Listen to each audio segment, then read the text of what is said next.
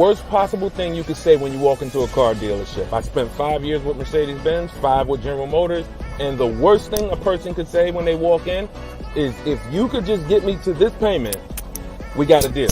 So your loan's probably still like 19, which means you got to pay to get out. You're upside down. It's called negative equity.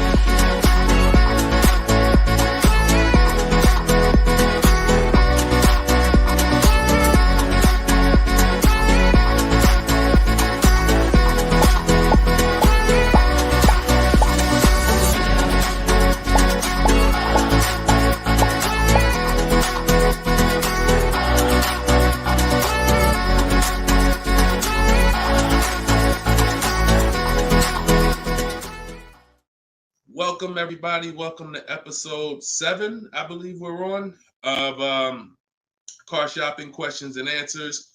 We're live. Today is Thursday, 3 p.m. If you're watching this right now, then you are live. What we're going to start doing is we're going to start letting you know, because we do rebroadcast these shows all day, so you can, catch up on them. You can send friends and family to watch the rebroadcast. But right now, you are actually with us live. So welcome. If this is your first time here, can you type a 1 in the chat? Shout out to the first time people. I just want to see how many people are new. You've never seen me before. You've never been on a live show. Okay, Troop Chat, I see you, Troop Chat. Good to see you. I always like to know, because most of you probably have never been on a live with me before. What's up, Black Hummingbird? Great to see you. So hold on, I got Instagram on my phone here. And as you come in, first of all, I want to introduce myself, because you don't know me. My name is Deshone. I go by Deshone the Auto Advisor. I spent 14 years in the car business, 5 with Mercedes, 5 with General Motors, and 4 I ran my own brokerage. Now what I've been doing since 2020 is showing you how to get below market car deals on purchases, leases, used cars, new cars, everything from home. I'm the author of the book, the digital book, Cars from Home, 7 Steps to Saving Time, Money, and Avoiding Dealerships. And during the show, for 30 minutes, as part of our welcome offer, you can get your copy for 75% off. It's normally $97, but in my TikTok bio, in my Instagram bio, and in the comment section, you can grab your book. You won't leave the broadcast, so you can make sure you get there before the countdown, but you'll still be here tuned in with us. So I want you to start typing your questions, and then Dolan, who's moderating, is going to pull them into the show, and we'll answer them one by one. Okay? Start typing your questions. I see we already got one from Michelle here on TikTok. Bounce back. Type your question on Instagram. I see you. Type your question in. And could everybody who shares, share?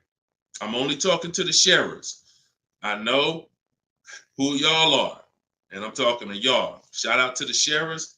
And I'm still trying to find out. I might do a giveaway once a show for the sharers only, but I'm gonna have to figure out how to see them. So I got to figure out, maybe you screenshot that you shared, and we trying to do something special for y'all above and beyond, because we can't grow this show without y'all. The ones who tell your friends, the ones who invite your friends, the one who tag your friends, the one who hit those share buttons. Appreciate y'all. So we got something coming for y'all very soon. Okay? So pull the first question, and Dolan, let's get the show on the road. Okay, this one's from TikTok. Leasing and maintenance versus purchasing and maintenance.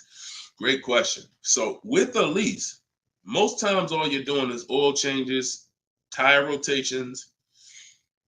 If you got a luxury vehicle or import luxury vehicle, maybe they require like a brake fluid change. Like when I worked for Mercedes, you had a service A, service B, service A, service B. That's how it usually rotated. And the service B was, a brake fluid change, but it's pretty cut and dry because it's a new car. So versus purchasing, then you're talking about long-term maintenance. Then you're talking about, which if you got a good car, you're usually still doing those things up front. But as you own it long-term, now you're doing things like, you're doing the recommended maintenance. So you might have a 60,000 mile service, a 80,000 mile service, a 100K service. These are all things that come in the maintenance book. And with the lease, 99 times out of 100, we're not doing that. So, you know, it's a very, I'm not going to say we're not doing that, but if I lease, whenever I lease, I'm not doing those services because we're out of the car way before we ever hit that mileage. So big difference, big difference. All right, go ahead. Next one, Dolan. Let's go. Black Hummingbird, and y'all forgive me because I got a little something trying to jump on me, but I'm just gonna flush it out. Praise the Lord, and we gonna get through this. So y'all see me all congested, it's because I am, but we good. My car was totaled in an accident. Sorry to hear that. How long should I wait before I get another one? How long can you wait? You know, I'm not a fan of shopping with my back against the wall, but I'm a fan of, you know, if you are you going to be in a rental car? Are they giving you a rental? Sometimes you only have 30 days with the rental before you have to pay. I don't know if you have a backup car, but you know, that's going to depend. So what you need to ask yourself right now, because you have to replace that car eventually, I want you to ask yourself, and everyone on here, I want you to answer this question: how many years are you keeping in that car that you're buying? But first of all, who's shopping for a car now, or you will be in the next 12 months? Type me in the comments. If you're shopping right now, like Deshone, I'm in the market right now, or you will be in the next 12 months, type me in the comments. Okay, I see you on TikTok. Anyone shopping for a car? Michelle, she's shopping. Okay, if you're shopping for a car right now, or you will be in the next 12 months, type me in the comments. All right, Black Hummingbird. Yep, I see you. El Rel on YouTube, I see you. Jesus on YouTube, I see you. All right. The first question I want y'all to answer, everybody, is how many years you're keeping the next car? How many years are you keeping the next car? This is very important because this is the buying versus leasing question. How many years are you keeping the next car is the buying versus leasing question. So your Black Hummingbird, when you shop, is going to depend on how long you have. If you got a backup car, then there's no rush. If you don't have a backup car, then you need to find out, are they giving you a rental? You know, because that's going to dictate. I can't really give you any more information without knowing that. So if you want to tap in, follow up, we'll try to get your follow-up question here. All right, go ahead, shoot the next one up, Dolan, and let's see if we can get the follow-up for Black Hummingbird. I'm shopping by used. I don't even know what that means. Go ahead, Dolan. Okay, this one's from TikTok. My third live, I need a used car by June 1st, so lost.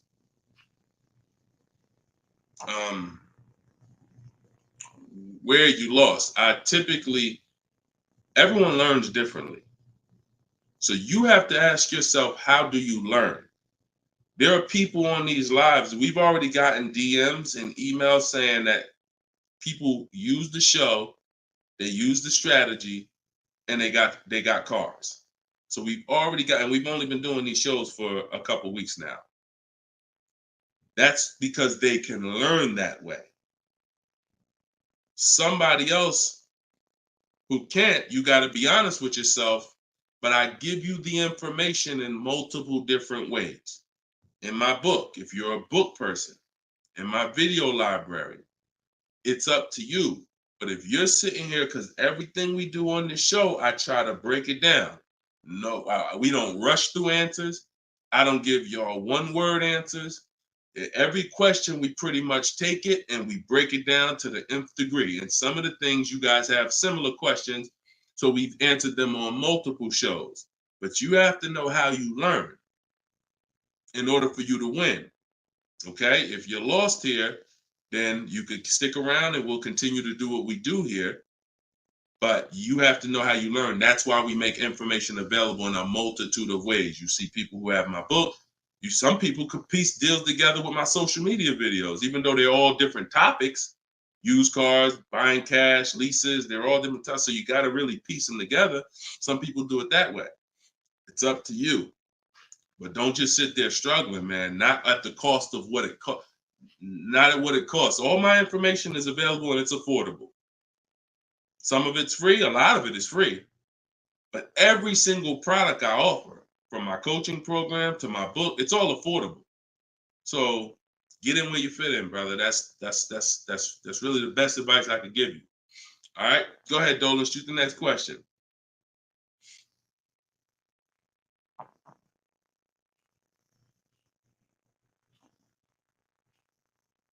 Okay, this one's from YouTube. LRel, what's going on? Peace, Deshone. I'm in the market for a used pickup truck for work. Never had one. How do I narrow down a reliable make model? Okay, so if I'm looking at you, the question you're asking is about the quality of the car, not finding a good one. So, example, let's just say there's a Dodge, a Dodge pickup truck. I'm just making this up, and that vehicle has a low reliability score. It doesn't matter if I go find a good one and I use my steps, the steps I'm going to go over with you to find a great used car, because the car overall has a low reliability score. Some Nissans have a low reliability longevity score because of their transmission. It doesn't matter if you use what I'm going to teach you to narrow it down to a great one, because the vehicle overall has a low longevity score. So I think the question you're asking is, how do I find a vehicle that has a good reliable one, and then I'll go shop for it. And because we could switch it. You could have a vehicle that has a high reliability score, high longevity score, but then you got a bad one because you didn't have a process on how to get it. So I think you're asking the first question, which is top level, how do I choose some good vehicles? And that's really Google, and we have a process. It's in our shopping process where we do a reliability check on every single vehicle. It takes 5 minutes to do. You're going to type in the specific year, because years change. You might have a 2019 that has low reliability scores. In 2020, they fixed it. So we got to make sure we're adding the year when we do this Google search. But if I'm looking for a pickup, I'm looking at like a 1500, and I'm looking at, what I need. Some people need 2500 if you need heavy duty or something like that. But then what you're doing is typing it into Google, and you're looking at all the competitors.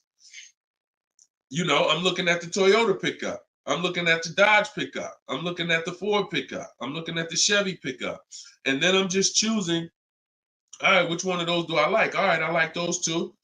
Then I'm deciding which one I'm going to like. Now, if you're buying used, you can't test drive it, because you can't test drive a used car until literally you're ready to take it home. You can't go and test drive one here, because the one you end up getting may drive totally different. That's just the way it is with used cars. So oftentimes what you're doing with used cars is you're looking at it, you're looking at videos on YouTube, but you're going to narrow it down to what you like, usually what you see in supermarkets, parking lots, on the road. Oh my goodness. Lord Jesus, help me get through this. And then what you're going to do is you're going to do that reliability check. So you go to Google, you type in the year 2019 Toyota Tundra reliability. Then you're going to skim that first page. So that first page of articles is going to tell you all you need to know. If you see low scores, if you see 7 out of 10 reliability, just skim that. Don't pay attention to any site from a dealer. This is part 4. This is in my book, because this is step 4. Because the next step after this car passes this test is now we're going to shop for it. You can't skip this. So that's why this is a really good question. Some of you are skipping the process of doing a reliability, longevity, and initial quality check on the cars you're getting. And that's why you get cars that are in the shop every 90 days. It's not because you bought a bad one necessarily. It's because the car itself has a low rating.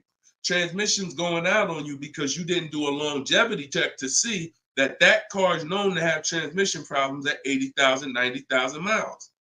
So if you skip this little 5-minute step, it could cost you thousands of dollars. So you want to do that reliability, skim those articles. And then because you're keeping long term, you're not leasing, you're going to do the same thing with longevity. So you're going to type in 2019 Toyota Tundra longevity. And that's when you're going to see what they're saying about the car long term.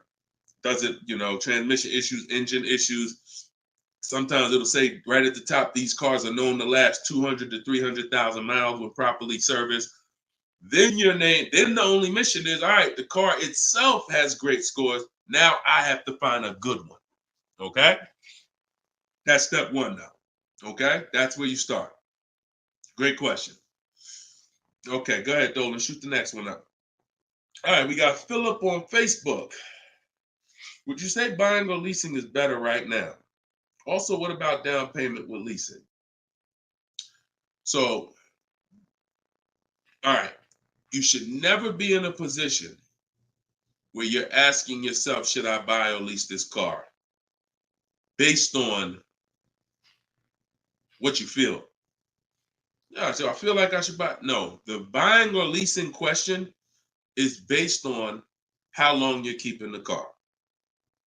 I have something that I do that I teach called the 8-year rule. The 8-year rule says that if you're not buying a car to keep at least 8 years, you should be shopping for a lease. Reason being is there is no way for you to get a great deal on a car if you buy it when you should have leased it. Because lease deals, when you get a great lease deal, it's so good, it's so low, it's so much less money out of pocket that it will take a buyer years to catch up with you. We did a scenario in the last show where we compared this deal that one of our students got, Frina, who uses my stuff. And anyone who's using my stuff is going to get these deals if you follow my process. It's not, you don't have to be great. You could be a bad negotiator. It doesn't matter. As long as you know how to use a computer and do copy and paste, you can get these deals. But we compared her deal, which she got at $579 a month on this $65,000 car, and we compared it to a purchase, which would be literally $900, $1,000 a month. So how do we make this decision? Very simple. If you are not buying your car to keep for 8 years, you should be leasing it, because in the middle, y'all know when I break this out, if you've been on the show before, this is the depreciation scale. This is how your car goes down in value. I know some of you have been taught, I want to buy my car, I drive as much as I want. I don't want to pay for the miles. But you're paying for your miles. Because check this out. You buy your car here for $30,000. A year later, even if you don't drive it, it's no longer worth $30,000. At best, it's worth $22,000. If you don't drive it 1 mile, it's probably worth $25,000. You lost $5,000 and you never drove it 1 mile. That's depreciation. So your car is depreciating like this. Year 1, year 2, year 3. That's why you flipping these cars, buying cars, trading them in 6 months, a year. You're losing at least $5,000, $10,000, but they'll hide it in a monthly payment. See, a cash buyer, you never do this. Some of you who are like, I pay cash, you never do it. You never buy a car, turn around, I don't like the car, I'm gonna trade this thing in. Because when you come in and they tell you, well, I know you just paid 35, but we can only give you 28. I just bought the car 6 months ago. You know what I mean? I lost $7,000 that fast? Yep, at least. You're like, all right, I'm not doing that. But with a payment, they'll hide it in a payment, and you don't understand. You just lost $7,000 in 6 months. So this is how you have to see this short-term ownership when you buy a car. My car is going down in value 20% the first year, 15% the third year. It's losing thousands of dollars. But if I keep it a long time, 7 years, 8 years, it starts to level out where I'm not losing that money anymore. If you have a car outside your house right now that you've had for more than 8 years, I want you to type the number of years you've had the car. Everybody on here, we're live. This is our 3 p.m. Thursday live show. This isn't a rebroadcast. So tell me right now, everyone who has a car outside, type how many years you've had the car. How many years? If it's 8, if it's 9, 10, 12. Had somebody on the last broadcast, somebody said they had like a 15-year-old car outside. You'll notice this, Gilda, you got an 11-year-old car outside. Here's what you'll notice. Your car is no longer losing value like this every year. Your car is no longer losing value like this every year. You're going to look and say, if let's assume right now, Gilda, your car is worth, I'm just making up a number. I don't know the car, nothing. Let's say it's worth $8,000. A year from now, it's going to be worth close to $8,000. Probably worth $75,000. That means you've won. So when you're trying to, when you are buying, wow, Carol's Care has a 18-year-old car outside. So that means you've won, because this is how you win with a purchase. And pay very close attention to what I'm about to say. You don't win when you pay off the car.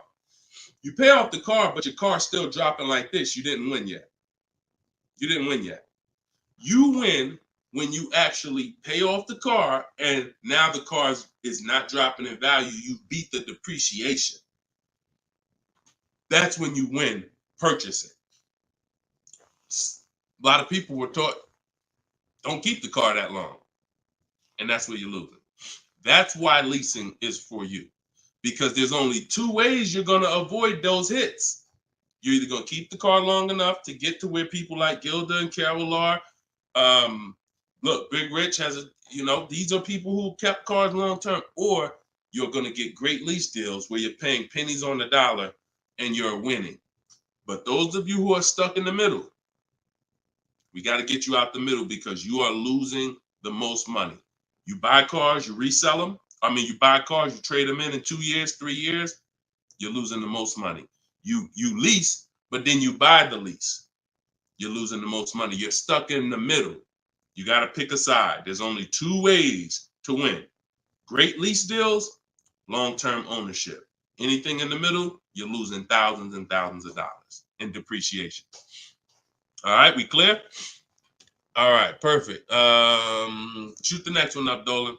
I see you, Luscious. I purchased the book. Awesome. Congratulations. Enjoy it. This whole show is sponsored by my new book, y'all. It's called Car Shopping. It's called Cars from Home. 7 Steps to Saving Time, Money, and Avoiding Dealers. So we have a welcome special. So you can get your book for 75% off the whole broadcast. Well, 30 minutes. It's normally $97, but you can get yours. We're rated 4.94 on Goodreads. You can get yours for $24 as long as you get to my bio before the 30 minutes expires. And $97 is a great price. Because here's the thing. I got a lot of books on my shelf. I cannot tell you a lot of books that saved me a lot of money. And my goal for this book was to be one of the books where you look at and say, man, this book right here has saved me thousands and tens of thousands of dollars. And that's my goal for the book. And we've been doing well at that. So, all right, this one's from Instagram. Mission Green. I'm in a purchase for 2 years with negative equity.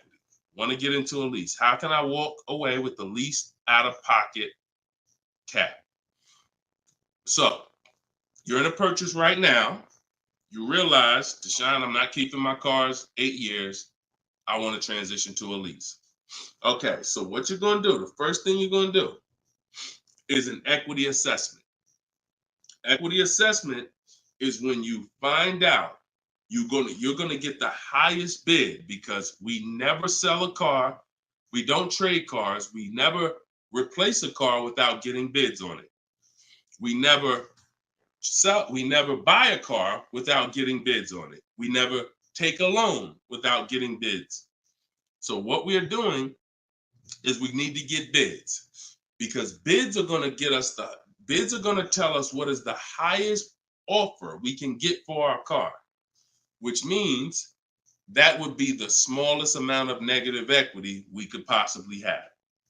So as you get these bids, you're going to get your payoff from your bank, call your bank, get your payoff, then go to CarMax. We like to get 6 bids. CarMax, Driveway, Carvana, Kelly's Blue Book Instant Cash Offer. Do not use kellysbluebook.com. It's nothing but a marketing website that it does us no good. Kelly's Blue Book Instant Cash Offer. Auto Nation Sell My Car, and Car Guru Sell My Car. Now, that'll get you 6 offers. And once you have those 6 offers, you'll know this is what my best case scenario is when it comes to my negative equity. That's my best case. There's 2 ways to get out of negative equity and get a car. There's 3 ways to get out of negative equity, but one of them doesn't lead to a car right now. So we're talking about the first option. That's what you do, and you want to pay the difference.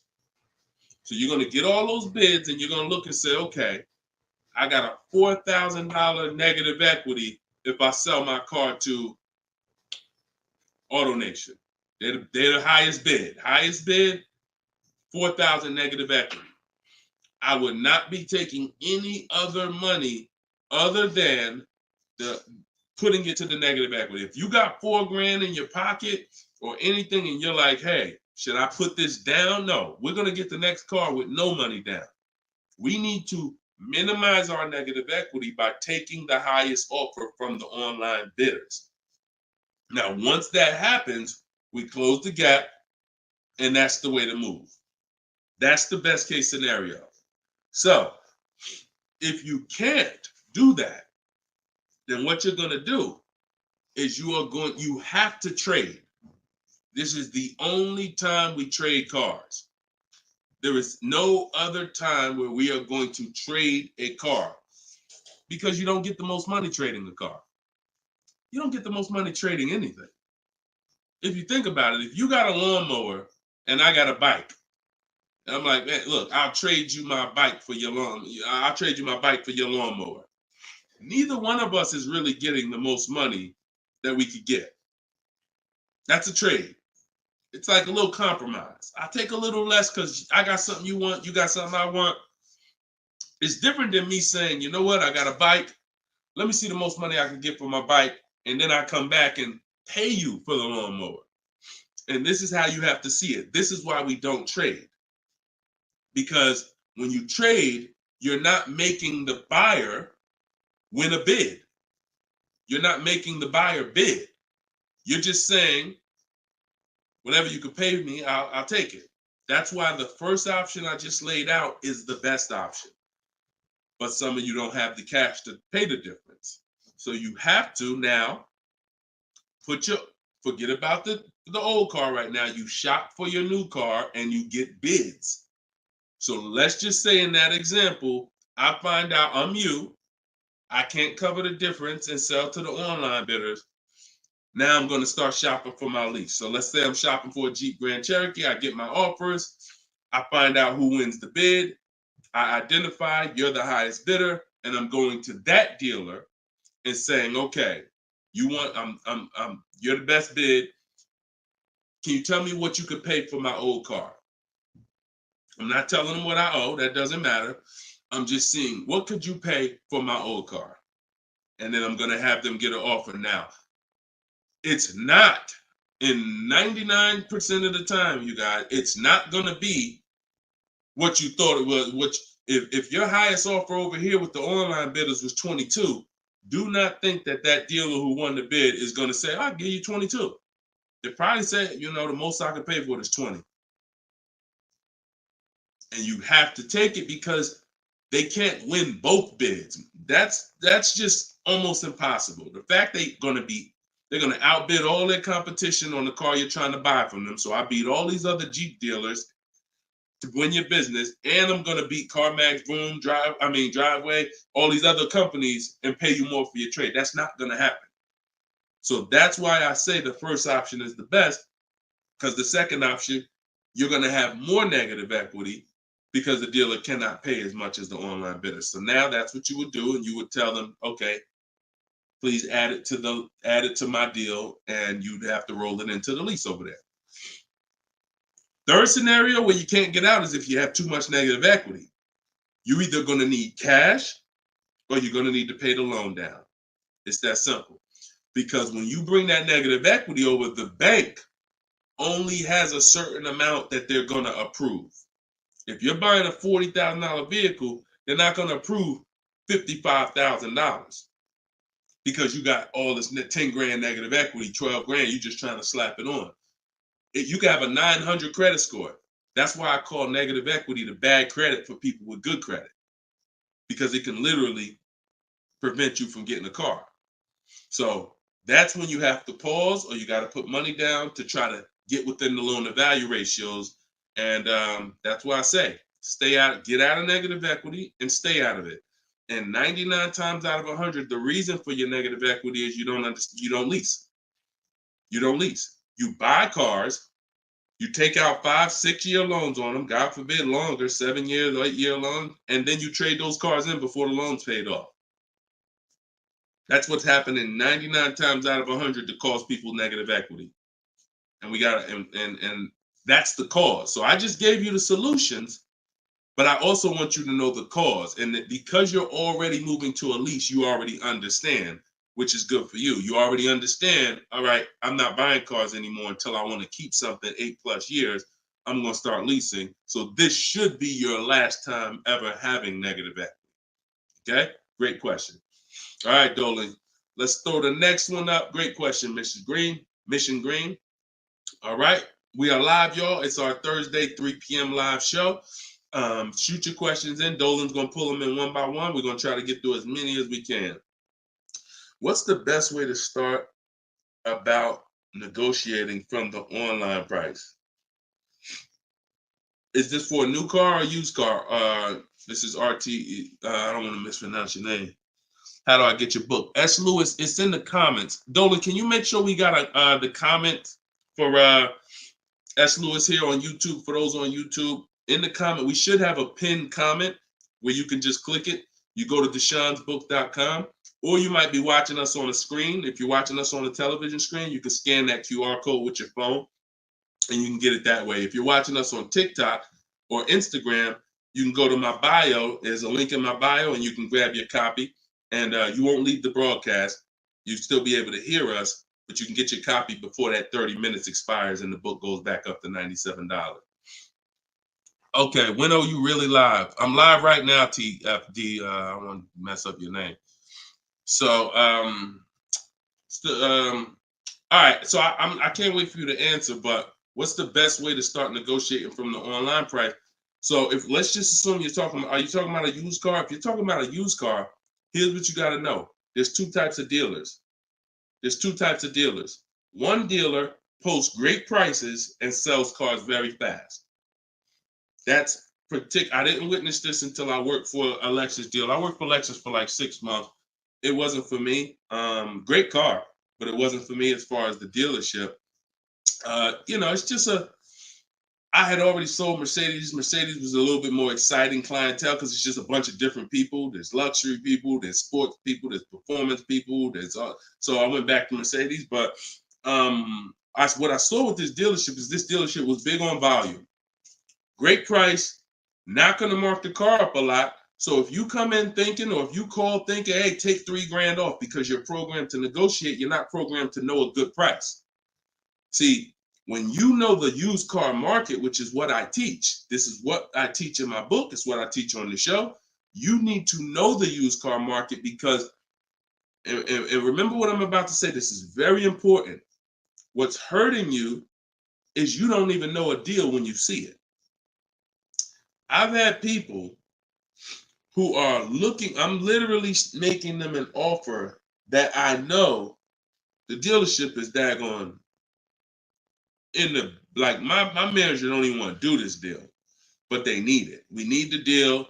We behind on our numbers. I'm selling the car. We ain't making, it's like pretty much a break even triple net deal. And they're still looking and questioning it. There's nothing we can do. And the reason why I never get in that situation, and the people who listen, if you listen to me, you'll never be in that situation, is because when you have multiple offers, you know a deal. See, the reason why those people would question if this was a deal, they didn't have enough offers. They didn't see that there's offers $2,000, $3,000, $4,000 more than the one I was making them to know confidently, Deshone, this is better than every offer I got so far. Let me take this and get up out of here. So you don't know a deal when you see one, and that's hurting you because someone who knows a deal, like me, or like somebody that listened to me, give you an example. Some of you are in the same town as some of you have my book. And some of you are actually shopping for the same car that someone else on here is shopping for. that means y'all are competing. So someone who's using my stuff and who knows a deal and who's sitting here talking to multiple dealers while you looking at one dealer slow and doing this, they're going to get that car out of before you even have a time to wonder if this was a good deal. Oh, you know what? That is a good deal. Let me call them back. That car's gone. It's gone. So that's the first type of dealer. They price the cars to sell and they're not going to be online for more than 24, maybe 48 hours, and they're gone.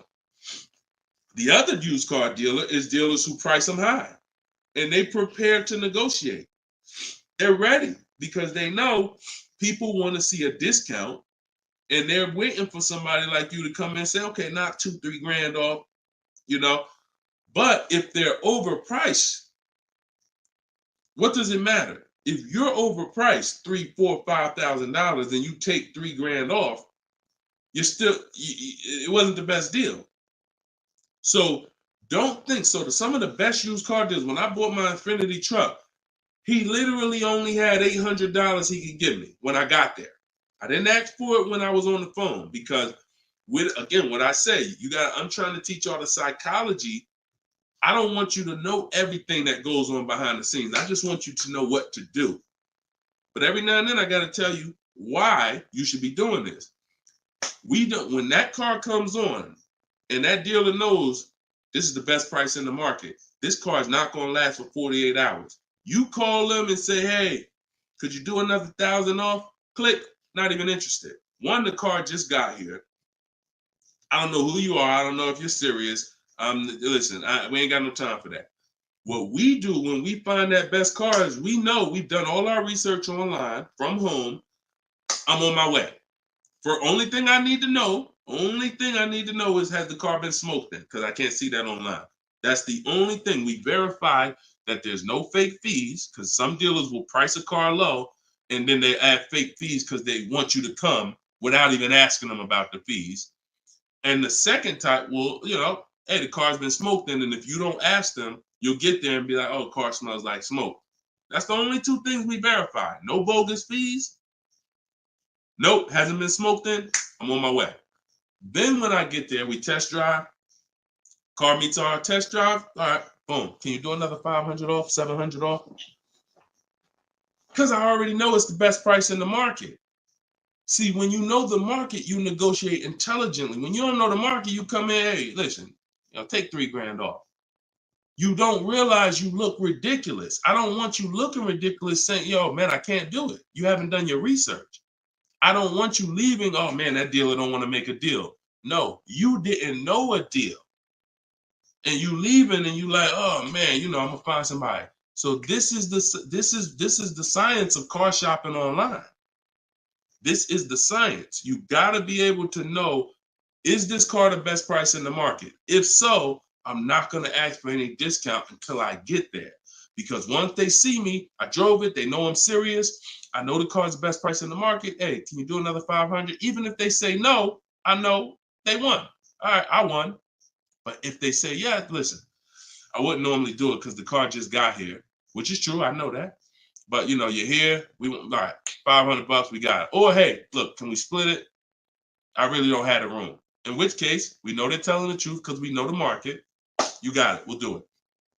This is how you get below market used car deals. You don't just stumble onto them. You get what I'm saying? Is everybody clear on that? Type clear if y'all are following what I'm saying. Clear if you're following what I'm saying. You're not going to accidentally stumble into a below market deal. It takes strategy to get below market deals. If everybody could get below market deals, they wouldn't be below market deals. They'd be average deals. Does that make sense? All right, glad we clear. I see you, Michelle.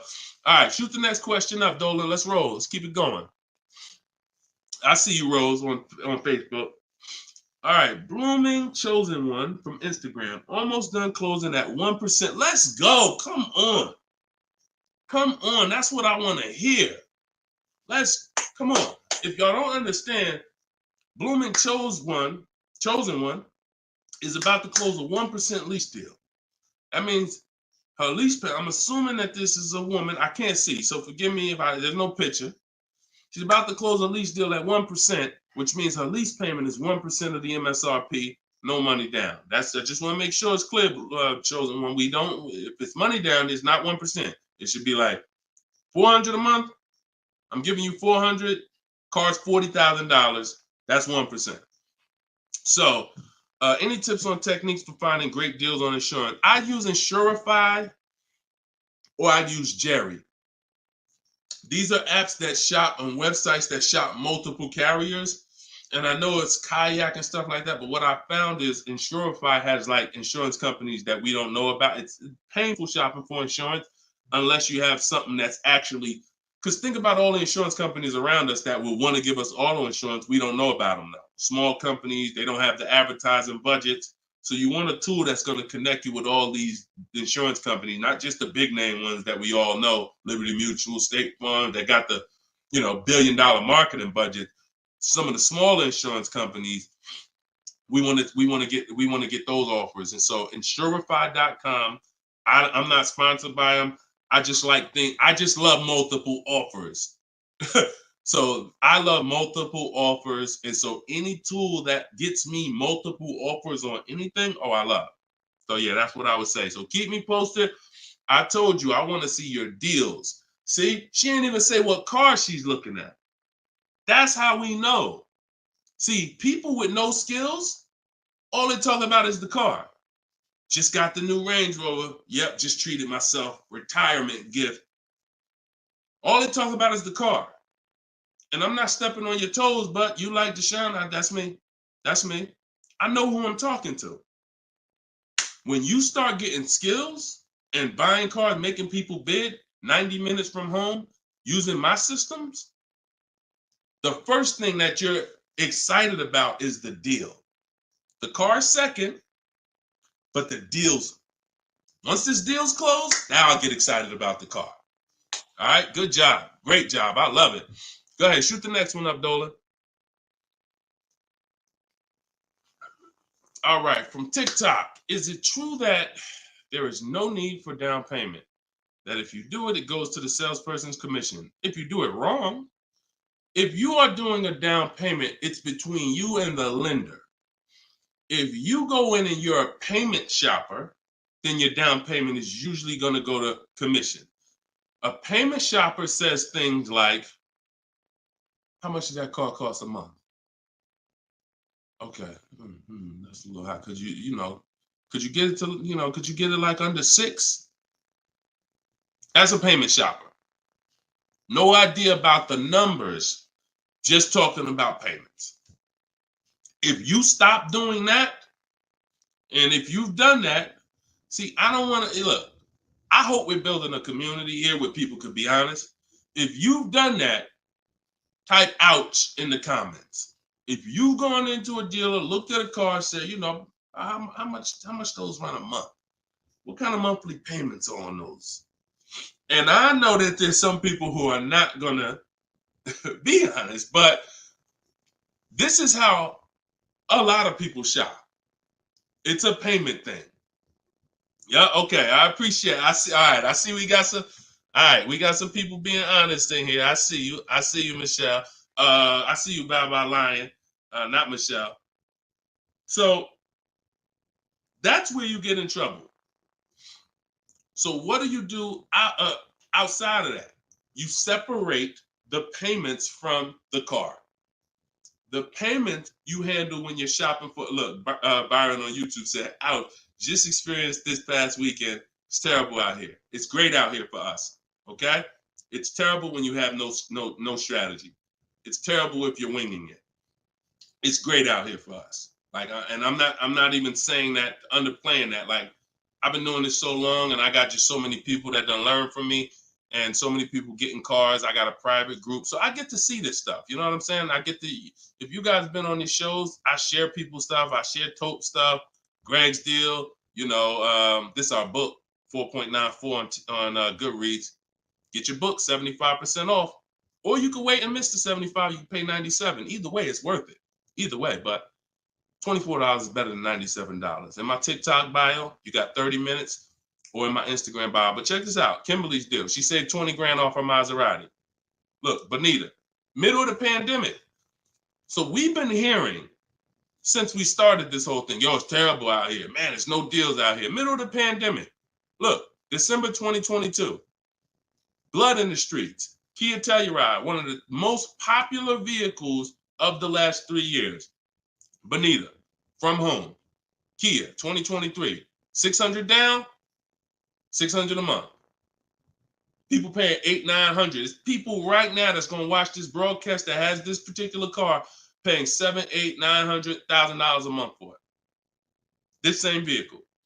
So, Charles, Hyundai Palisade, top 5 most popular vehicles the last 5 years in this category. Look, $597 a month, $48,000 truck. So it's what you know. In fact, it's what you don't know.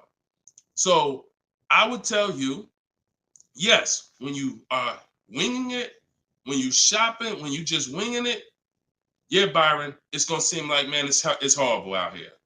When you step back and start using my bidding systems and letting these deals come to you, letting loans come to you, you're gonna feel like you're in control. You call the shots. Okay? So that's what I want everybody to know. It's all perspective. You know, somebody who's never had a fight in their life may be like, oh, shoot, I'm gonna lose this fight. Mike Tyson, he's not worried about losing a fight. And I hope he's not throwing this fight. So, another end. It's all about what you know. You learn better skills, you get different results. You keep the same skills, keep shopping like our grandparents shop, keep shopping like our parents shop when there was no internet, keep shopping like it's 2005, you're going to get those same results. All right? Everything I'm talking about, y'all, is in my book. This whole show is sponsored by my book, Cars from Home, 7 Steps to Saving Time, Money, and Avoiding Dealerships. My whole shopping system is in there. You can get yours in my bio. I just said that. So go ahead, Dolan. Shoot that next question up that you had up on the screen. My lease is up this year, but I'm over 4,000 miles, and a car dealer just told me if I lease again that I'll have to pay for the over miles. What do I do? Okay, I want you to know something, and I want you to hear me clearly. Dealers who tell you they'll cover the mileage. I know some of you have heard this in the past. You know, my dealer said if I release a car from them, they took care of the mileage for me. No, they didn't. No, they didn't. Mileage is never taken care of because mileage is between you and the bank. You told me you were going to drive this, the bank, not the dealer. Dealer has nothing to do with the car. Once you drive off the lot, it's between you and the bank. It's between you and the leasing company. So when you go over miles, the bank says they told us they were going to bring this car back with 36,000 miles on it. They already have an estimated value of what they're going to sell the car for, and it's based on 36,000 miles. That's why if we're under miles, we always do an equity assessment. You're going to do this either way, Miss B, but this is one of the main reasons when we're under miles, it doesn't matter, because if we drive less than we told them we were going to drive, we want to see if there's any equity that we can actually pull out. If you didn't know you can sell a lease, yeah, that's another discovery. Aha moment, you can. We've been doing it for years. So, but going back to this case, if you're over miles, you got to pay for it because you can't give it back to them. It comes out of their profit. So what do we do to try to minimize this? One, we don't let a dealer tell us we're going to work this out for you. We have to do our own equity assessment. So you want to see what your position is. You want to call the leasing company, get your payoff. This is the second step in my process. Once you know whether you're going to buy or lease again, that's step one. Now, if you have a car to replace, you own it, you lease it, doesn't matter. Anything you're replacing, we got to do an equity assessment on it. So we're going to call the bank, get our payoff. If it's paid off, obviously we don't have to do that. And then you're going to get that payoff, and then you're going to get those offers I talked about earlier in the show. If you missed it, I don't want to go through the whole equity assessment process because we already did it. And for the people who've been on here, I don't want to repeat the whole thing. But if you go on YouTube, if you go on Facebook, you'll be able to see the broadcast. Go to the section on equity assessment and follow that process, because you need to see, can I sell this vehicle and break even, get out of it? Or if I have a mileage penalty, you know, does it make more sense for me to actually get out now, which in a lot of cases it probably won't because you have payments remaining. So if you got out now, see, if you sell it, it's clean. So if you sell it, and it goes back to what we were talking about with what somebody asked the question about the negative equity. Let's just say I'm you. I do my equity assessment. I find out to get out of the lease, I got to contribute like $1,000, but I could get out now. When I sell a lease, there's no penalty. It's literally no payments due, nothing. It's everyone's whole. That's the only way everyone's whole. My second option is I got to account for the payments I have left on my contract. If I got 5 payments left at $500 a month, that's $2,500. Does it make more sense for me to get out now and pay those payments? Probably not. Or does it make more sense for me to just wait and take the mileage penalty? So those are the 3 things you're comparing. Selling the car, and you're seeing what's the least money that comes out of my pocket, what's the best of those things? Selling the car, getting out now and taking the payment hit, because all those payments are going to be due.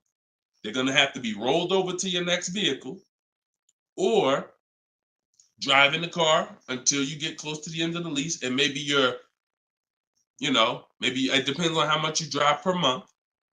And maybe you're 8,000 miles over, and that's a $2,000 mileage penalty. So these are the things you have to think about. But I'm telling you that if you just walk into a dealer and say, hey, could you work this up for me? Now you don't even have the luxury of guaranteeing you got the best price on the car. So now, because they see you as desperate, oh, she needs help. She don't know what she's doing. So let's just work these numbers, move these numbers around, and tell her, hey, we got you to this payment. Does that work? Now you're a payment shopper and you don't even know. Just give me to a monthly payment that makes sense. You didn't realize that you overpaid, and they're packing that deal, and you overpaid by probably $4 or $5 grand because you wanted to let them do it. So those are 3 scenarios, and it all starts with the equity assessment. Because like I said, you might be able to do that equity assessment and find out, oh, I could come up with $1,000 and I'm out of this thing clean right now. Or you might break even. It depends. That's why it's always an equity assessment. Equity assessment is probably everything in our process is important, but my God, skipping the equity assessment, you're skipping probably half of your transaction. Okay? And if you don't know how to do equity assessment, watch the show earlier. If you have my book, it's all in there. It's up to you. Go ahead, Dola, shoot the next question. Bought your book. Thank you for doing this. Thank you, Michelle. Enjoy it. Use it. Use it and win. For the rest of your life, use that book. And it's a digital book, so you don't have to worry about when it needs updating. I just update it. You'll open it one day. Like, let's say you get your car now. A year from now, you open up that book and you're like, all right, I need another car. My spouse need a car. My child need a car. Man, wait a minute. There's different stuff in here. That's why you always keep the email I send you with the master link in it, because that's where I update the book. All of you who got the book, when you download it, don't save the email, because when you click that master link, that's where I update the file whenever something changes. So, and I couldn't do that with a print book. I can only do that with a digital book. Yeah, don't worry. I don't do trades, J. Paul. So if you ever see somebody selling crypto, all of that, like anybody with a decent amount of followers is going to have knockoff accounts. Like, I do car education. That's all I do. I don't do crypto. I don't do none of this other stuff. It's been fake Deshone the Auto Advisor accounts since we was on TikTok. We got 1.5 million followers on TikTok. The fake Deshone the Auto Advisor accounts started popping up. Nothing we can do about it. You got to watch it, though. Watch it. Okay, this one's from Instagram. Considering a lease of a Lexus electric vehicle. First time lease customer. Do you have any advice shopping for a lease premium electric vehicle? Same process. Same process. My system doesn't change. I'm gonna tell you, there's only one scenario where it changes, but electric cars, look, doesn't matter. Look at Sean. Bids. F-150 XLT electric. Bids. $73,000 vehicle. He got it for 57. He saved over 20 grand. Bids. That's electric. Electric. You don't know what rebates there are. You don't know what's what. Rolls Royce. Bids. Popular cars. Bids. Exotic cars. Bids. Doesn't matter. Process is the same. The only time that bidding is not called for when purchasing the car is with Tesla or any manufacturer where the price is set. No matter where you go in the country, it's the same price. You buy Tesla in New Jersey, same price in California, same price in Minnesota. One price all around the country. You order the car. That's it. I don't care if you have GM supplier pricing. That everyone's doing a different price. Some people are not going to tell you. They won't tell you what the rebates is. Some people, oh, Deshone, I'm a Ford employee. I get Ford special pricing. Bids. Because 80% of dealers are going to lie and not give you the real Ford special pricing. Everything is bids. Put everything under there. All right? Go ahead, Dolan. Shoot the next one up, brother.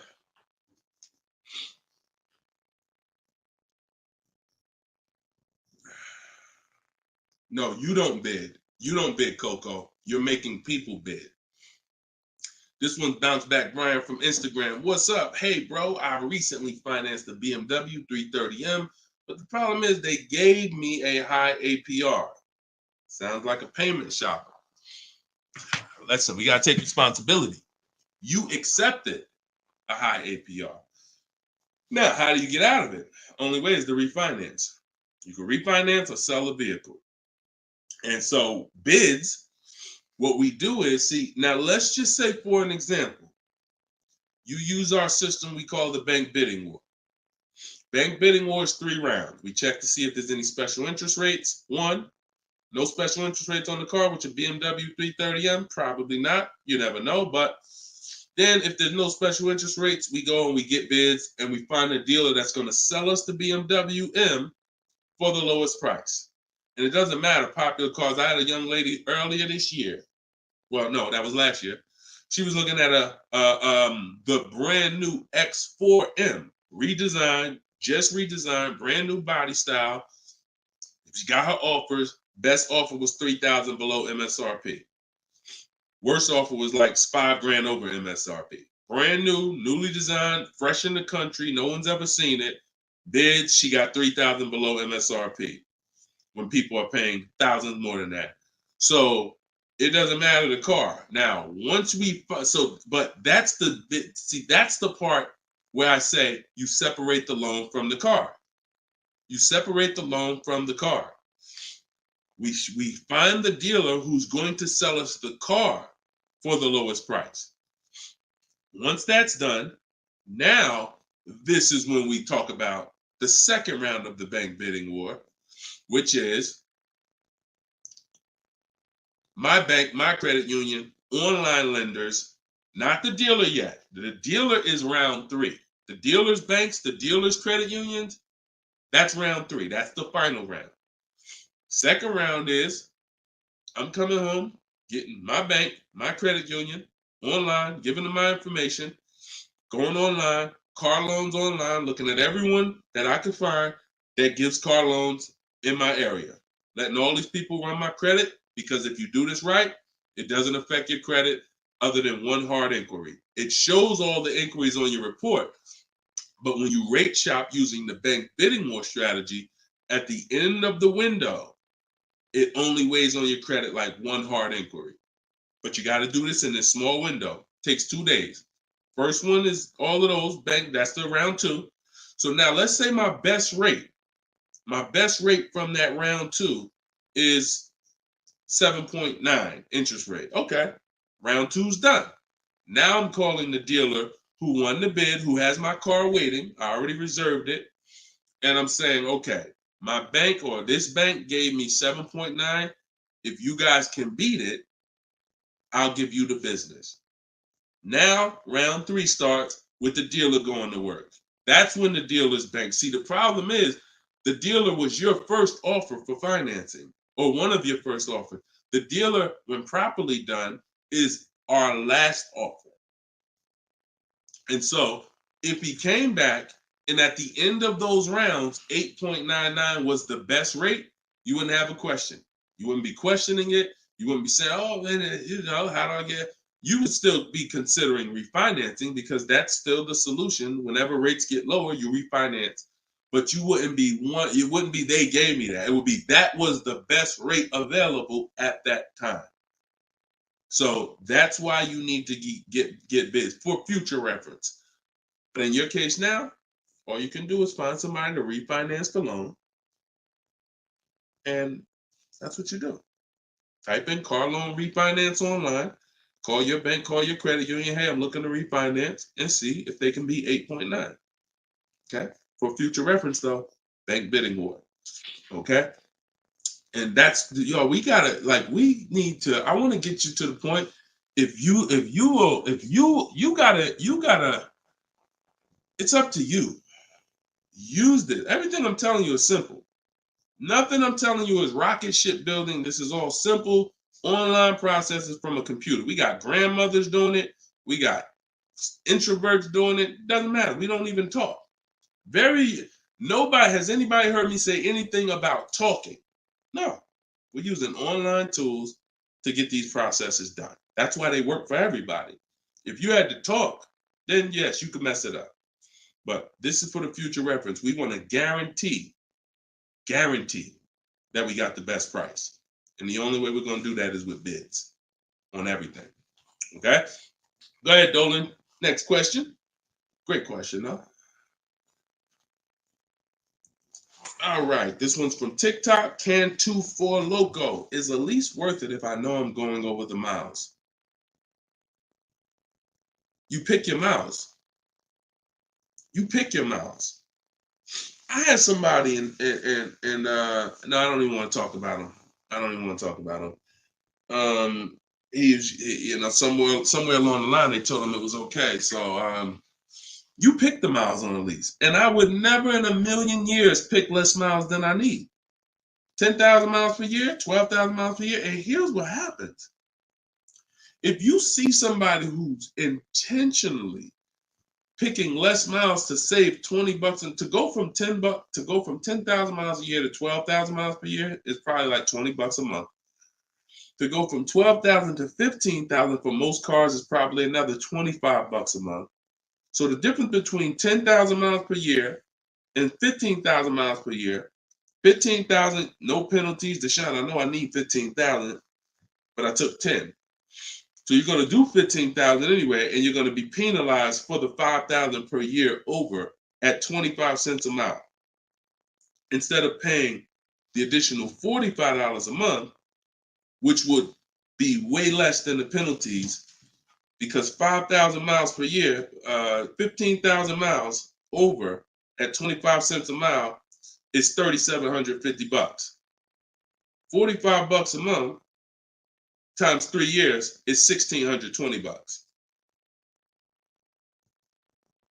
Numbers are numbers. $45 a month more to my lease contract from the beginning, because that's the mileage I really need. I'm paying $1,620 extra over 3 years to have a comfortable lease experience, no penalties, and I can enjoy my lease. Versus taking 10, knowing I'm going to drive 15, and then looking and saying, dang, I'm over miles by 15,000 miles, and how can I avoid this almost $4,000 bill that's coming? Choose your mileage wisely. Deal structure. Step 3, I got a whole step in my process on deal structure. This falls under deal structure. So we never take a lease knowing we're going over the mileage. We just never do that. We're setting ourselves up to not enjoy the lease. For what? That's it. Step 3 in my process, I got part of deal structure. I got a section in my book on this, is choosing your mileage wisely, where you look and estimate how much you drive, Or if you have a car, you just look back and say, all right, I drive 12,000 miles per year. You can look back at what you drove. If you don't have a car, then you're just going to look and say, all right, how many miles do I drive to work? Okay, and you add the miles up, and you'll see throughout the year. Oh, plus I'm gonna take a vacation. I want to go down. I want to go on vacation 2 times a year. That's gonna be another 1,000 miles each. All right, perfect. I need 14,000 miles a year. It's a 5 to 8 minute exercise, but you haven't been taught to do it. So there's nothing in my. I don't skip anything because I've been doing this since 2006. I've seen thousands of scenarios working in dealerships, General Motors, Mercedes, thousands. And every time I see something that is horribly wrong, that's costing somebody money, I just made sure I added it to my process.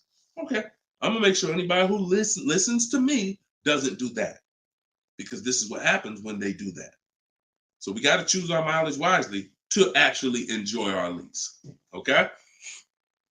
All right, y'all. Look, we hit 1 hour and 6 minutes. I'm gonna wrap it. I usually try to go like 1 hour and 15 minutes, but as y'all can see, I'm actually struggling to get through this. I need to go and get me some tea, and that's what I'm gonna do. This is our second show for the day, and some of you may be watching us on a rebroadcast, but right now we're live. We've been live Monday, Tuesday, just so y'all know, and I'll probably have a link in my bio by tomorrow to our calendar. But most days we're going live Monday and Tuesday, Thursday and Friday. We're going live at 12 noon Eastern time, 3 p.m. Eastern time. So that's when our show is going to air live. And every time you see us on a rebroadcast, we're going to have a sign on the top that says rebroadcast. So y'all know, okay, this is a rebroadcast. In case I couldn't watch the whole show, I was at work. So we rebroadcast all the time. But yes, always a pleasure, y'all. Let's keep winning. Shout out to the people who got my book. I appreciate y'all. Thank you to those who reviewed it, who helped us get to 4.94 on Goodreads.com. I appreciate you, and continue to use the book and continue to unlearn the bad stuff you learned about car buying. If you don't hear me say it, that's because I don't do it. And no one who listens to me does it. You hear somebody say, yeah, I was in the dealership. I was in there like 4 or 5 hours, but man, I was using what Deshone teach. You wasn't using what I teach, because we're not in dealerships more than 30 minutes. 30 minutes tops. If we in there for more than 30 minutes, you could clearly say, this ain't what Deshone teach, because I'm only here to test drive, or I'm only here to pick up my car if they don't deliver. That's the Cars from Home way. So you can get your book in the bio, 75% off, as long as you didn't miss the countdown. Even if you missed it, it's $97. Great price, but all right. Let me get up out of here, y'all. And always a pleasure. God bless y'all. And make sure you like and subscribe if you enjoyed the content. Tell a friend. All right. I'll see y'all on the next show. God bless you all.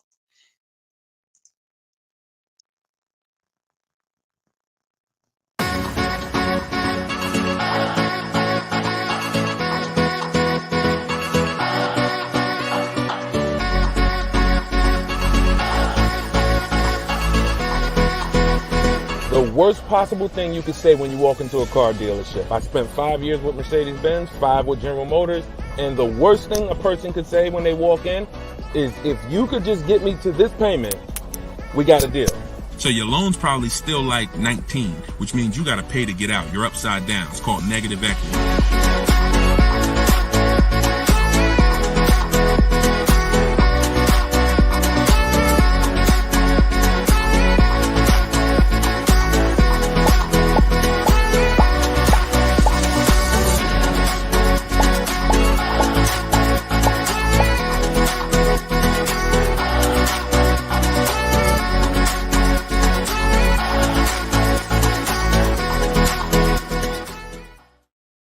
What is going on, everybody? Welcome to episode 9.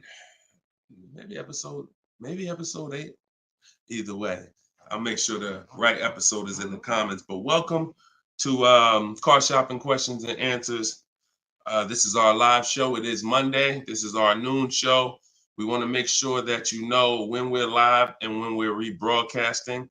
So every time you see the rebroadcast, you'll see a badge that says previously recorded or rebroadcast or replay. But whenever you don't see that badge, then you know we are live, and you can engage with us and ask your questions, and we will make sure that we get through as many as possible. So come on in. Everybody just come on in. I'm actually just sharing this broadcast on Facebook now.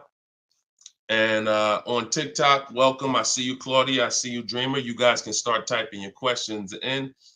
And let's do a little housekeeping first while we let the first couple questions come in. If you don't know me, this is your first time ever on a live with me, type the number 1 in the comments. I want to give a welcome to the first time people who've never been on a live with us before. And welcome back to the people who've been here before. I'm your host, Deshone. I'm known as Deshone the Auto Advisor. I spent 14 years in the car business with Mercedes-Benz, General Motors, and running my own brokerage. And now what I do is I teach people the science of car shopping from home. I'm the author of Cars from Home, my new digital book, 7 Steps to Saving Time, Money, and Avoiding Dealerships. And everything that I talk about, everything if you've seen any of my social media videos, everything is based on one of the 7 steps in our shopping system. So we don't hold back. So you guys can come in. I see a lot of people on TikTok coming in. Could y'all start tapping the screen if you're going to spend 10, 15 minutes with us? We're usually here for at least an hour. If y'all can start tapping the screen so we can let TikTok know we're about to talk some serious money over here. Frankie, I see you. Good to see you, Frankie boy. Thanks for sharing. Shout out to the sharers. And whenever we have the first question, we will certainly get down to it. Also, if you, all of you do have the opportunity to get my new digital book at 75% off. I always like to let you know about this welcome offer. The book is normally $97 and it's currently 4.94 stars on Goodreads.com. So thank you to all of you who have taken the time to rate the book, to review the book. But most importantly, thank you to everyone who's using the book so that you can stop car shopping like our grandparents. No offense, but most people are shopping the way our grandparents shopped before there was internet, before there was leverage.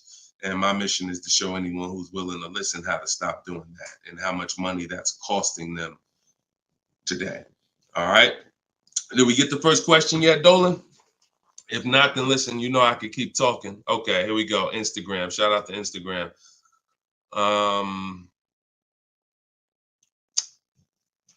right. How long should you wait to refinance? It's a good question. I would refinance when it makes sense. If you have rates are high right now compared to where they were a year ago, 2 years ago, 3 years ago. So if you guys are in a higher interest rate than you could qualify for today, then you want to refinance as soon as possible. If you have an 8% rate and you could refinance to a 6% rate, you guys know on this show, if I talk about the money, 2% on a $30,000 loan is thousands. That's not hundreds. So if you have it, on some of you have improved your credit. So you may have had a lower credit score a year or 2 years ago when you got your car, but now your credit score is higher. So you want to make sure you are following this guideline though. Most of the people who want to loan you money want you to take more for longer. That's just what they want you to do. I am of the mindset of you don't want to stretch the loan out long. You don't want to stretch the loan. You don't want to stretch so if you've already paid for a year or two, you don't want to stretch the loan out longer because they'll want you to take it longer. They'll tell you right up front, if you take a 6-year loan, your payment's going to be this. Meanwhile, you've already paid for 2 years. Don't fall in love with the new lower payment. Fall in love with paying as much as you can at the higher interest rate. So if you can pay a higher payment for 4 years, pay the highest payment you can to get the loan out of the way faster. Don't be tempted to stretch out the loan and go longer with it. Or else you're falling into that trap. Like I said, people want to loan you money, want to lend you more for longer. They take it for 6 years. You could always pay it off earlier. They're hoping you don't. Okay, so that's typically the rules of thumb that I like to follow. All right. This is from Instagram. Well, this is Luna. I was desperate and just got the first deal. I set a very high payment. Can I refinance for a smaller amount? Luna, weren't you on the show a couple days ago? I was desperate and just got the first deal. I set for a very high payment. Can I refinance for a smaller amount? It's probably going to be early for you to do that. Did you? Hold on one second. If you hold on, let me open the Instagram comments so I could actually see. I know Dolan's bringing the comments to the show, but I want to make sure I could actually see the Instagram comments. Hold on. Okay. So because if you just got the vehicle, I mean, you could try to refinance, but it depends on how high of a rate they gave you compared to what you could have gotten if you would have followed like our bank bidding war process. You bought a brand new 24 Mitsubishi. Okay. Haven't you been on the show, Luna? This isn't your first time, right?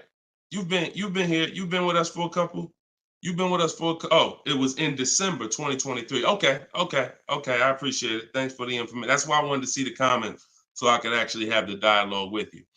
Yeah, I mean, that's all you could do. You could try and you could try to refinance online. You can go on Google and type in auto refinance online and start to see what those companies look like and see if but you need to know your rate, and then you need to know what the companies that'll refinance you are offering you and see if it makes sense. If you got a higher rate than you could have gotten, then certainly you can refinance. If they got you the best rate that you could qualify, then you may have to wait a little longer, but usually, it doesn't hurt you to check, especially if you're in a considerably high interest rate. You certainly want to see if there's a possibility, because like I said, 2 points, 3 points on an interest rate is thousands of dollars, not hundreds. All right, TikTok, y'all gonna spend some time with us. Can y'all tap the screen and shoot the likes up if you're gonna talk money with us? Here's the thing, y'all. I'm gonna be honest with y'all. Y'all know I've been this way from day one, and I can't be any other way.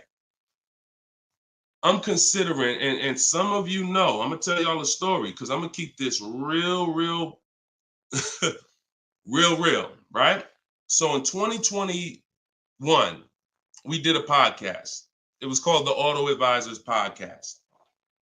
The Auto Advisors Podcast got 10,000 downloads in the first 90 days, which was a great metric for a new podcast. I stopped it. You know why? Because we're in the way the podcast is, and I'm just keeping it 100% with y'all. I'm never gonna stop doing the information, but if people don't engage with the show, then we'll just keep the rebroadcast going. The rebroadcasts are great. I'm 100 for my lifestyle, for my getting the information out. We do tons of free social media videos. I just don't want y'all to be questioning, Dad, why Deshone not doing the live show anymore? Because the live show needs to make sense. I've been telling y'all to share. I look at the shares. I see the people who come regular. I see not a lot of people share. All good.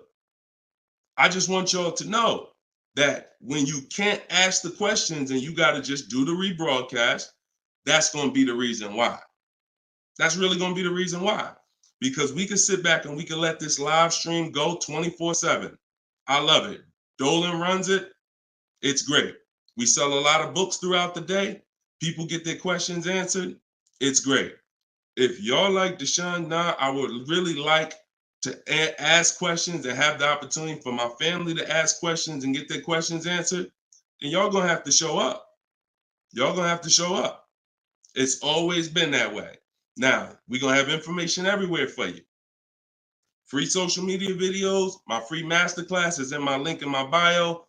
But if y'all want to keep this show going this way live and not just see 24/7 rebroadcast, then y'all gonna have to make sure y'all show up. And if we don't see the likes and we don't see the shares, then it's all good. That tells us everything we need to know. because there's nobody out there doing what we're doing right now. So if it was 20 other people doing these shows, then I understand. We got to make sure we're better than them. There's nobody doing what we're doing right now. So it's up to y'all. All right, so Dolan, let's go. TikTok question.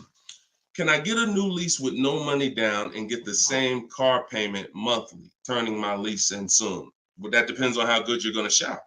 See, if you got, a lot of people are going to be fooled into this conversation.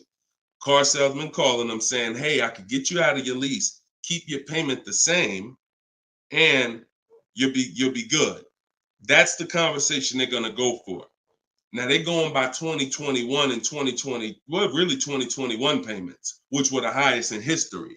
And what they're depending on is they're hoping that most people don't ask a question. You already been paying this, you already been paying the high payment. What if I could put you into 2024 for the same price? Meanwhile, those prices that you were paying were ridiculously high. All through the pandemic, most 99 probably percent of people were paying ridiculous payments. That's why I always show Bonita. So when you look at Bonita, Bonita is the one who got one of the most popular vehicles during the pandemic. It was a Kia Telluride 2022. She got it for $600 out of pocket, $600 a month. It was like a 1.25% lease. How? Sitting at home and shopping offers. So to answer your question, don't comply. Your deal is going to be based on how well you shop. And what I'm teaching you to do is to stop going into dealers because 80% of them are overpriced. So you're going to go into a dealer, do your test drive, and then you're going to come home and you need to get at least 5 offers. Now you could do it my way. In my book, I have a strategy called the 25 to 5. We go online, we go to the dealer's websites, we put in what we want, 25 dealers' websites. It's a copy and paste template. Then we have conversations by email because out of those 25 dealers, figure about 10 are going to have a car we want. And then we're looking to get 5 to 7 offers. If you shop the right way, you're not shopping the right way if you don't see a $150 to $200 difference between your offers. You're just not shopping the right way because we know I've helped. Personally, we have about 1,600 people in our car shopping course, in my coaching program. And we probably have about 6,000 people who have my book. That's enough data for us to know when people send me their deals, 80% of dealers are overpriced. What's the message then? If you don't get 5 offers, you're going to overpay. Hands down. Not 3, not 4. Now, some people with Charles, if they're shopping for a really hot vehicle, like Charles got a Palisade a little while ago, he got 10 quotes. So he reached out to 35 dealers. But look what he's paying. $48,000, almost $49,000 vehicle, he's paying $597. And both of those deals were no money down. So if he didn't know how to shop, then he would be paying $700, $800. Some of you may be looking and saying, Deshone, man, I got a Palisade and I pay a lot more than that. Or, hey, but that's going to depend on how you shop. You must get at least 5 offers if you're truly going to see the bottom of the market, because 80% of dealers, 4 out of 5 are overpriced. So certainly you could do deals with no money down. It's not even a question. And don't pay attention to commercials, because what you'll see is neither one of those 2 deals that I just showed you were from a commercial. They'll probably, when you look at what a commercial says you can lease a Kia Telluride for, especially or a Palisade for, especially a $50,000 Palisade, it would be a lot higher than this, and it would be with 1,000 down plus tax plus fees. That's why you can't pay attention to commercials. So that's the answer. Don't pay attention to commercials and get at least 5 to 7 offers. If you do it my way, it's quick. Takes about 20 minutes to contact all the dealers, and then you're using my email templates. Because what you got here, this is very important, you guys that are going to have conversations with dealers by email. You must know how to keep the conversation on your terms. You must know how to keep the conversation moving forward when people ask you, hey, can we get on the phone? Hey, can I get your phone number to call you? Hey, when can you come in? You must know how to have the conversation stay on your agenda. That's why I wrote the scripts. But even if you're not using my book and my scripts, make sure you are committed to staying the course, that you're not getting on the phone, you're not coming in, and that you're going to be shopping from home. Okay? Because salespeople will try to get you to come in. All right, go ahead, Dolan. Shoot the next one up.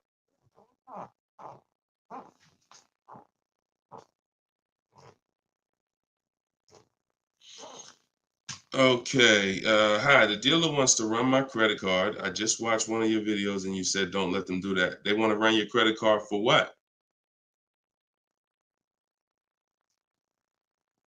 Let's give Bless the chance to type. Are you purchasing something? They want to run your credit card to run your credit? Or did you mean they want to run your credit? What are they trying to run your credit for? I mean, your credit card for. Now, if you have made a deal with somebody, when we make a deal online, oh, you mean running your credit? For what? What's the purpose of you running my credit? And that's not even what the ad. See, when you request your offers, you're requesting your offers by email. And we're always telling them assume tier 1 credit. There's nothing else for us to focus on. What is the purpose? Now, again, let the 80% do what the 80% do. Lie, tell you stuff. You need to have other dealers in your inbox to know. Sometimes people say, well, Deshone, this dealer said, this one dealer said they don't lease. I said, okay. How many other dealers that you talked to said that? No one yet. Okay. When 80% of them say that, that means they don't lease that car. One dealer, they might be having customers come in, don't know what they're doing. Oh, yeah, no, we don't lease.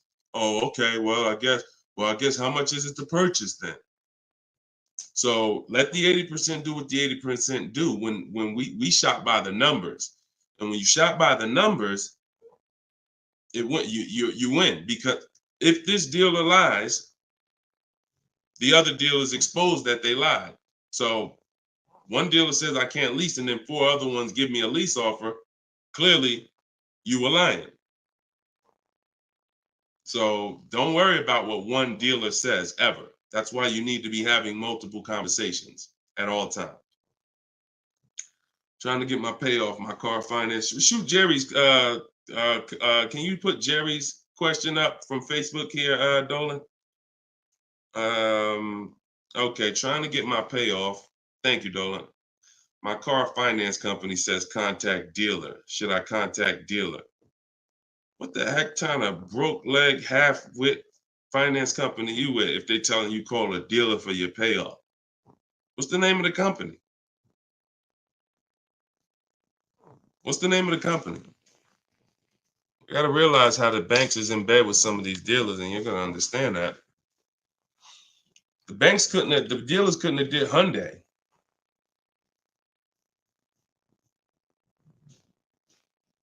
Why would they tell you contact a dealer for your payoff? Scumbag. I would call and speak to somebody else. The dealer has nothing to do with the car. If you don't pay that Hyundai, you don't pay your payment for 3 months, is the dealer coming to get the car, or is Hyundai coming to get the car? No, forget about the dealer. The dealer is just a franchise. They're there to sell you the car and put the deal together. Once you drive off, it's between you and the bank. It's between you and the leasing company.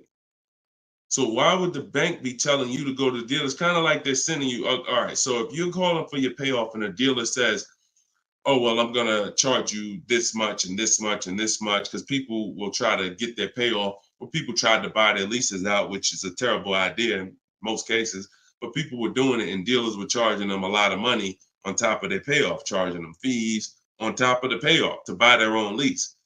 So I would call Hyundai and I'd ask for somebody else.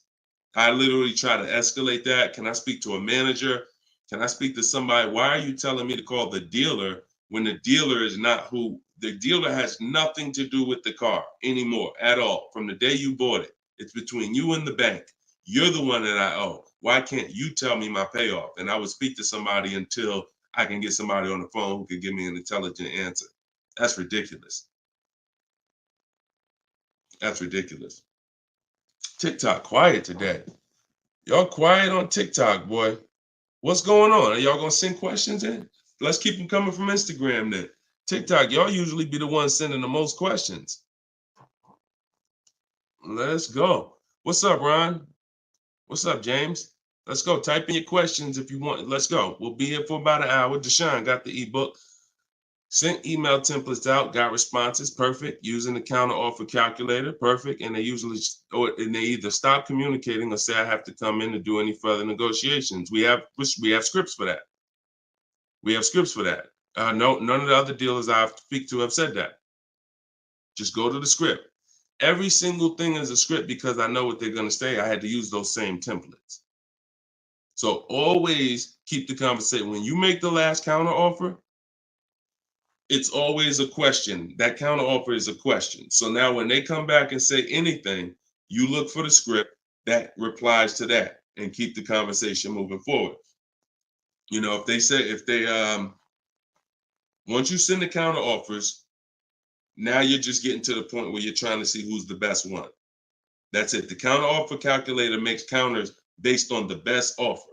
So whatever that best offer is, it counters everyone. See, and they may stop communicating because they're already high. So if somebody gives me a 1.1% lease and other people give me a 1.4, 1.5, 1.6, when I counter, I'm countering based on the 1.1. Because once one dealer gives me that type of discount, I know that y'all just choosing not to. That's why if they say, how'd you come up with that number? The script is always, it's a little bit lower than my best offer I have already. So they know you can act like this is the bottom price that you have, but we already have the best offer here. That's why we always put in the offers, and the counter offer calculator creates the counter offer based on the best offer. I don't care if none of y'all reply anymore because y'all already showed me y'all are overpriced. So I'm gonna let you know that based on my counter offer, I know this deal could be done. And if the lowest offer, which may happen, says, look, I don't have no more room, I gave you the best, then I snatch that offer. As long as you got 5, then that's really the bottom. And that's the purpose of the counter offer, is to make sure before you close the deal, you have made a counter to make sure you know where the bottom is. But don't let them respond. Forget it. They probably, oh, he made this low offer. You know you could do that deal, but that's all right. I'll get the car from your competition. All good. All good. All right, next question, Dolan. All right. All right. That might not have any other questions. I have an isolated event. Car was totaled. Check getting cut this week. Can I pay to speak with you 30, 60 minutes for the single purchase? No. No offense. I've been helping groups. You gotta understand, y'all. Look, I have been helping groups buy cars. Look, let me show y'all something, okay? And I'm saying this so y'all understand, right? Since 2021, this is my private group right here. All right.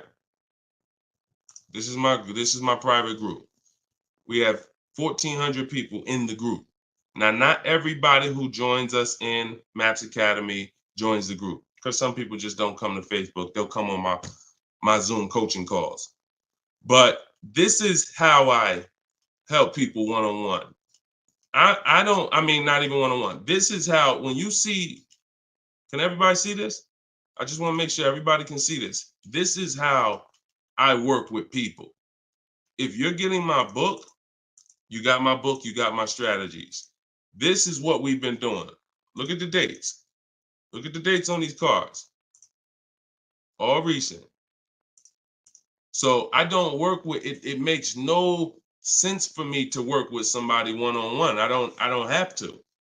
The people who have been in my group since 2021, we get to the deals, because there's no situation that you're in that's a special situation. I guarantee you that. It doesn't matter. I've had thousands of scenarios. Nothing that you have is special where it requires this special process. Your car got totaled, you need a car, you're going to follow the 7 steps. That's not going to change. If you don't have a car, you can skip the equity assessment. The rest of the 7 steps apply. It doesn't matter. You think you need a special plan. No, you need a plan. And that's the plan that I have in my book or in my group or what I'm answering here. So you can feel free to ask your question. But your situation, this is very common. There's probably 1 million people around the country in your situation right now. Car was totaled, need a car. Common, very common. I know it's like overwhelming for you, not for me though. Super common. Okay, yeah, check your spam, Jerry. Check your spam or your junk folder. All right, Troop Tip. You see that question from Troop Tep on TikTok, Dolan? Unless you got something before that. All right, another one from Instagram. I'm looking to get an electric vehicle, and I'm not one to keep cars. I'm interested in getting a lease, but don't really know how the process works. You must get bids. You must get multiple offers, or you're going to overpay. Electric cars, doesn't matter. Same process. Bid, exotic cars. When you look at, Sean's getting an electric truck. He probably got it already. But he sent me this message, and he was looking at a $73,000 F-150 Lightning. He ended up getting $20,000 off the truck. Now he's buying it. He's not leasing it. So, Taupe had an electric BMW lease. She got a BMW i4 e-drive, $54,000. She got her bids. She ended up saving $8,500 total with the rebates and the discount. She's paying $690 a month for a $54,000 vehicle. So none of these deals that you're seeing, these are real deals. These are below market deals. These are not going to be had going into dealers and negotiating because one, you're never going to get that deal from an 80% dealer. It's just not going to happen. An 80% dealer will never discount the car enough for you to get the best price. So you don't know. Unfortunately, there's no sign that's on, hey, we're an 80% dealer. Don't come here. There's no sign. The only way that you know is by getting multiple offers. Now, you could do it manually. You can call around, talk to some sales managers, and try to get at least 5 offers. We do it online. We do it with scripts and templates, and that's what's in my book. So if you just jumped on, my new book is called Cars from Home, 7 Steps to Saving Time, Money, and Avoiding Dealerships. It has all my templates in there, all my scripts. It's normally $97. But while we're on, for the next 30 minutes, you can get it for $24 if you get to my link in my bio before the 30-minute countdown is up. Once the 30 minutes is up, it does go back up to $97, which is still a great price because everything in that book is going to save you thousands and thousands of dollars. That'll be the most valuable book, but that's only if you want to use my scripts, my resources, and have me do the talking, which is you typing. But if you're going to do the talking, then I would call around and I get at least 5 offers, or you're going to overpay. No doubt about it. At least 5 offers. Okay. You can't calculate a lease manually. You can't try to calculate a lease and think. And even if you can calculate a lease manually, you still don't know what rebates are, what incentives there are. Sean didn't know there was $15,000 in rebates. How did he find out? Multiple offers.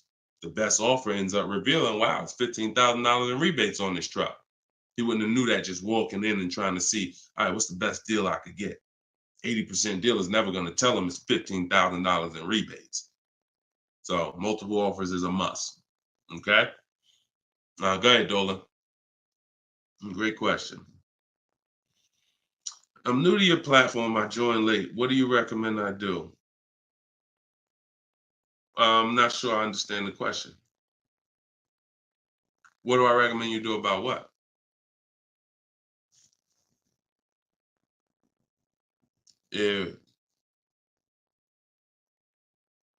Yeah, Troop Tap. Send a follow-up question to that because I don't really know what you mean by that. What are you're new to my platform? Are you talking about this show? Just be a little bit more specific with your question. Let's see if we can get you an answer. Swagger at Instagram says, I have an S550, still owe 40 grand.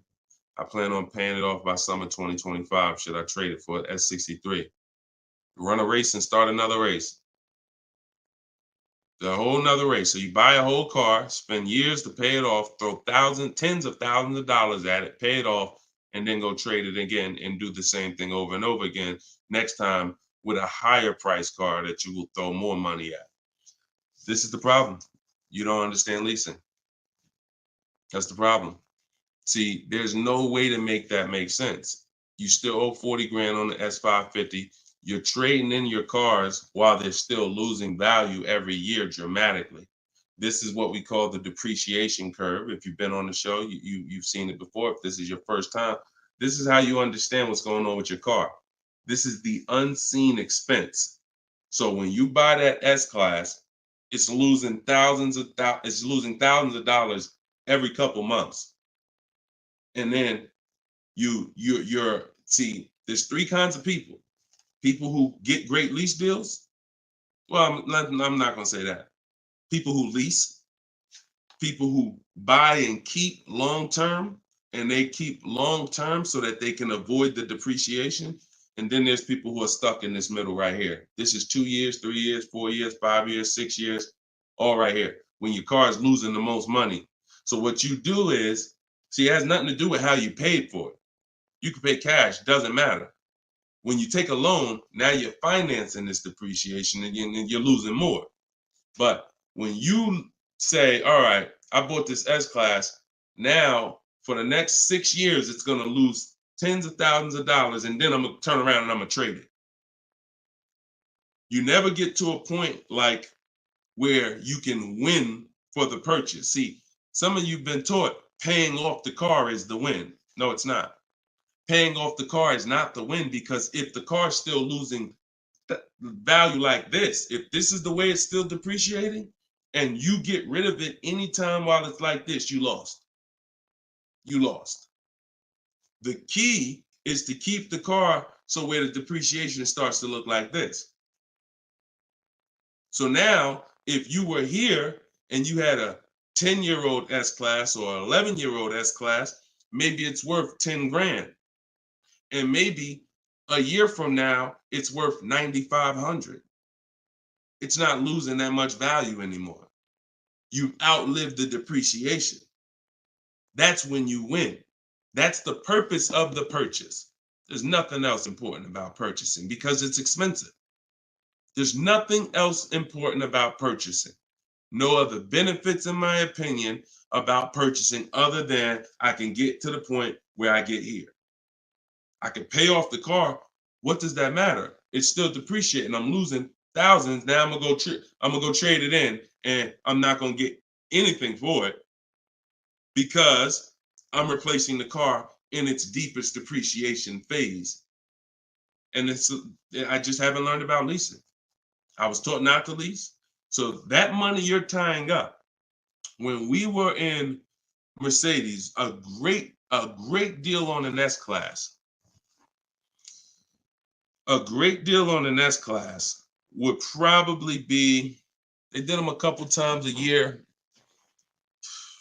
Probably could get one for about 13 and change. That was like a great deal, right?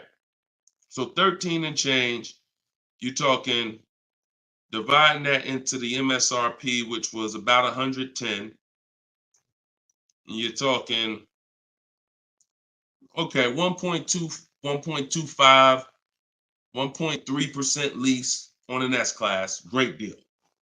Now, y'all know I always teach the steal is under 1%. You're really not going to ever see an S-Class lease under 1% unless they just really want to get rid of them, but that's really never going to happen. 1.2, 1.3, 1.5 is the max. You're paying too much for a car you're leasing. But I want to give you a scenario. At $1,500, you're still under what you're paying for your car. See, because if I walked in and I wanted to lease a brand new S-Class, if I lease it and I'm paying $1,400 a month, then I'm driving a $115,000 vehicle, right? Now, if I decide I'm gonna buy that same $110,000, $115,000 vehicle, every $1,000 is about how much per month, everybody, if you know. Some of you seen the video, some of you talk. Every $5,000 on a that you're going to borrow on a loan is about how much per month? $100. Exactly. So when you look at a $120,000 vehicle, 115, that's a payment of $2,300 a month. No money down. See, we don't talk money down because money down confuses you. In a lot of cases, it confuses you. When you look at the deal with no money into it, no money, now you can start to see how much money you've kind of been missing. Evaluate the deal with no money. Then you choose to put money down if you want, but you evaluate it with no money. So now you got a brand new S-Class, great deal on a lease, $1,400 a month. You gotta buy that to purchase the same exact S-Class, $2,300 a month. And then you get people who might be like you, who say, you know what? I ain't gonna get a new one. You haven't learned about leasing yet. You say, I ain't gonna get a new one. I'm gonna get a pre-owned one. I'm gonna get a pre-owned one. And you look to get, instead of paying $115 for a brand new one, you look to get it for somewhere probably around 70. You look to get it for somewhere around 70. Every 5,000 is $100 a month. What's 70,000 cost on a payment, y'all? Every 5,000. So you're talking 50 grand, another 20, that's 400, that's 1,400 a month. That's 1,400 a month. So put these numbers together. Great deal on a brand new S-Class. 1,400 a month, leasing it. Great deal on a brand new S-Class, buying it. 2,400 a month, no money going into these deals. Great deal on a used S-Class, 70 grand, 1,400 a month for 5 years. Now here's where we jack it up. Oh, well, I'll just put some money down. I'll put like 15 grand down. I'm gonna take a 6-year loan, God forbid, 7-year loan, stretch the payment out, try to get that payment around 1,000 a month. You don't realize you can't change the numbers by putting more money into it. That doesn't change the actual overall. If 15 grand comes out of your pocket up front, that doesn't change the fact that of the numbers. That's why I break down the scenarios with no money down going into them. So what I would say, if you need to decide if you're going to keep the S-Classes long term, then you should be buying them. If you're going to keep them 8+ years, then you should be buying them. But if you're not keeping these cars 8 years, then you should be shopping for great lease deals because you're just throwing thousands and thousands of dollars away. Same price you paid, same money that came out of your pocket for the last couple years to drive that used S-Class, you could have been driving and leasing a brand new one. And I know what comes with a used S-Class, brother. I know it. Been with Mercedes. I was with Mercedes 5 years. I know the maintenance. I know the brake replacements. I know the service Bs. I know how much it costs to have an S-Class pre-owned, no warranty, and everything that happens is on you. So we're not even taking into account the maintenance and the repairs that you have to put into that S-Class that you wouldn't need to put into a brand new one that you lease if you just stop listening to people who told you that you shouldn't lease cars. No doubt about it. So that's the best advice I could give you, brother. All right, go ahead, Dolan. Shoot the next one up. Use your pointers to get a new 24 GB80 Genesis. Salute. Enjoy it, Austin. Great deal. That's what I did. I worked the deal, no money down, got them the low, then hit them with the down payment, plus went and pre-approved. There you go. There you go. See, you're able to understand when you're shopping with no money down, no money going into the deal. Don't show me what anything looks like putting money into the deal. We determine if we want to put money into the deal later. Shop, get the best price on the car. Find the dealer who's going to get the best price on the car. Then we'll work out the finances. Then we'll work out the details. Most people go right to the, all right, what's the monthly payment? All right, what should it, how much should a brand new GB80 be? Depends on who you buy it from. Depends on what they sell it to you for. First things first, we got to find a dealer that's going to sell us the car for the lowest price. Good job, Austin. Congratulations, man. GV80 is a nice vehicle. Enjoy it. How much should CPO normally charge? How much should certified pre-owned normally be charged for Genesis G70? You haven't seen enough of them. So if I'm looking at a used, so example, I got a 2020 Infiniti truck that I got year and a half ago. If I went in wondering how much it should cost without knowing, then the market's going to tell me. Now our goal is to get below market deals. So whenever we're getting below market deals, we are always we need to know what the market is first. You can't get below market deals if you don't know what the market is. So when we're getting offers on new cars, it's easy because we can see what the market is with all the offers we get. We get 5 offers, we get 7 offers, we can see what the market is. And we can see the low side of the market, we can see the high side. You got to do the same thing with used cars. And you go on every marketplace, we use 8 of them. We use cars.com, Driveway, Carvana, CarMax. Some people say, oh, CarMax is, if they're, listen, I don't care if CarMax is overpriced 90% of the time. The 10% of the time that they're not, they're going to be in the runnings. You know, it's like Best Buy. I know Best Buy is going to be overpriced for electronics 90% of the time.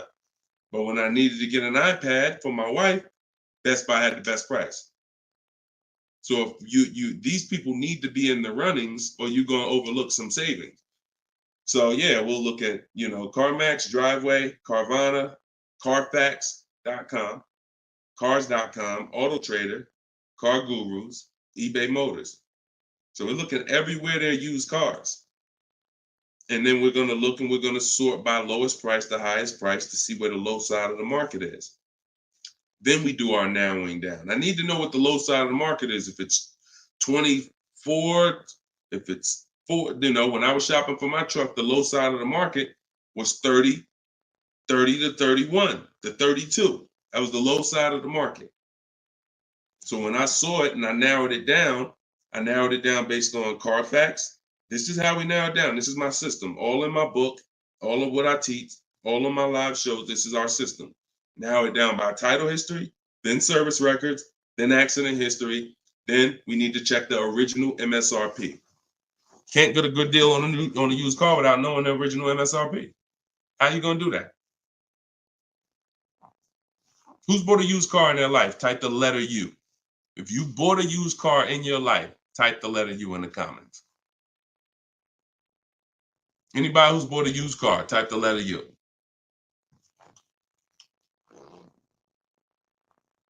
Okay, Cash, I see you. Andre and TikTok, I see you. Okay, Cash, all right.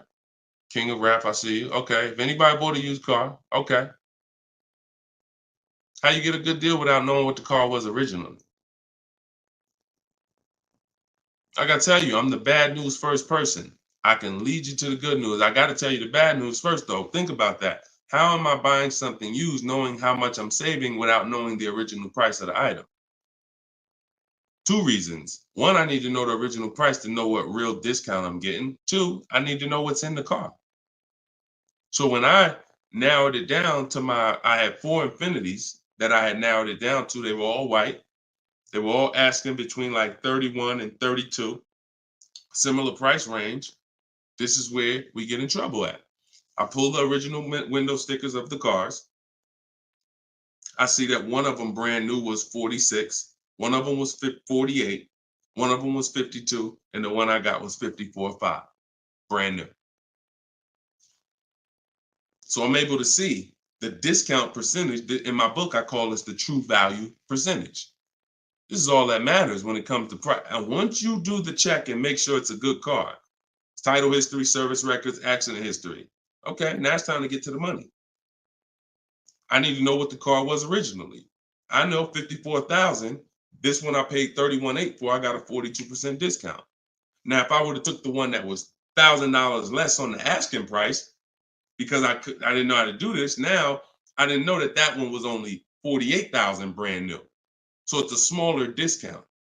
It's probably only saving me 30-something%. The one I got was 42%. Forget what the dealer's asking. The dealer was asking $1,000 more than the other ones I was looking at. But once I saw what the original price of the car was, I knew that that was the best value because you got the most expensive car brand new. Why would I take a car that has less equipment because they're charging $1,000 less for it? But it has 7,000 less equipment in it, 7,000 less features in it. It's the little things, y'all. It's not the big thing. It's the little things that you're missing. And this is what we do. This is why I'm here. And for those who are willing to listen, we teach you how to do it the right way. These things you haven't been taught to do. And once you hear it, you're like, dang, that makes sense, right? How the heck? Why wouldn't I want to know what the new price was? Don't even know what equipment's in the car. I knew the day I got the car, it was an edition 30. I saw the original window sticker, remote start, all these features, backup cameras all around, black mirrors. I saw all of that because I got the original window sticker. These are the things you must do. And the last thing we do is we verify there's no bogus fees before we go to the dealer. Because some people be in the lowest prices online, but they have no intention to sell the car for that price. They want you, they're depending on you to come in because they know other people will, untrained, no strategy, walk right in. Hey, I saw the price online. Okay, yeah, sit down, sir. Let me do these numbers for you. Price goes up by $5,000. No intention. So you wasted your time. I'm listen, God bless you. Yo, Deshone, I'll just walk away. I'd rather not walk away. I'd rather you not have to walk away. And when you truly learn the science and the right strategies of shopping online, like I'm teaching you, you won't be walking away because all you lose when you walk away. Still need a car, don't you? Somebody else just gonna buy that car. It's not like you like, oh, I'm gonna put a sign out. Nobody buy this car. They wasted my time. That car gonna sell. So it's best to learn, how can I make sure I never put a dealer in a position to waste my time? Because while you were at that dealer that was overpriced, the best price car was selling. Because the best price cars don't wait online. They 24, 48 hours, they're gone. So while you wasting your time with the fake dealers, the best ones are the car's gone. That was really the good deal. Okay, so you do all of this from home before you go. By the time you go to a dealer to see a used car, you should already know if that car drives the way I want it to drive, the deal is done. This is the best price online. And when I get there, I usually ask for $500 to maybe $1,000 off when I get there. Never over the phone. You have no leverage. Why would I call a dealer that I know, I've done my research, you got the best price car in the market, and call them and say, hey, could you take off another $1,000? No, there's no leverage there. You make sure there's no bogus fees. Then we go. We're there. We test drive. I like the car. Could you do another 500, 1,000? If they say no, you know they're honest. Hey, I don't have the room. Oh, hey, I just put the car online 2 days ago. Like, I haven't even given it a chance yet. I understand. I'll take it. See, you got to know when a deal is in front of you. And that's the problem. You don't have enough information to know when a deal is in front of you. So you're going to hesitate. And you're going to walk away from a deal because you think, oh, nah, dude don't want a deal, man. I asked him to take off $2,000. You can't take off $2,000. You didn't do your research. Because dealers use a tool called vAuto. They know where their car is priced in the market. vAuto tells them where every similar car is priced at online. So if they're the top 3 prices online, they run their business a different way. They want to sell cars fast. You can't go in thinking you're negotiating with someone who marks their cars up by thousands, who's number 15 on the price list. You walk into the best price deal online and think, yo, I'm asking for $2,000, $3,000 off. Let's go. You don't want to negotiate? No, you got it. When you do your research, you know where the best price is. And that's what I want you doing. I want you walking in, if you're shopping for a used car, knowing this is the best price car in the market. I verified there's no bogus fees. I'm going to drive it, and then I'll ask for a little money off when I get there. And regardless of the answer, I know I won.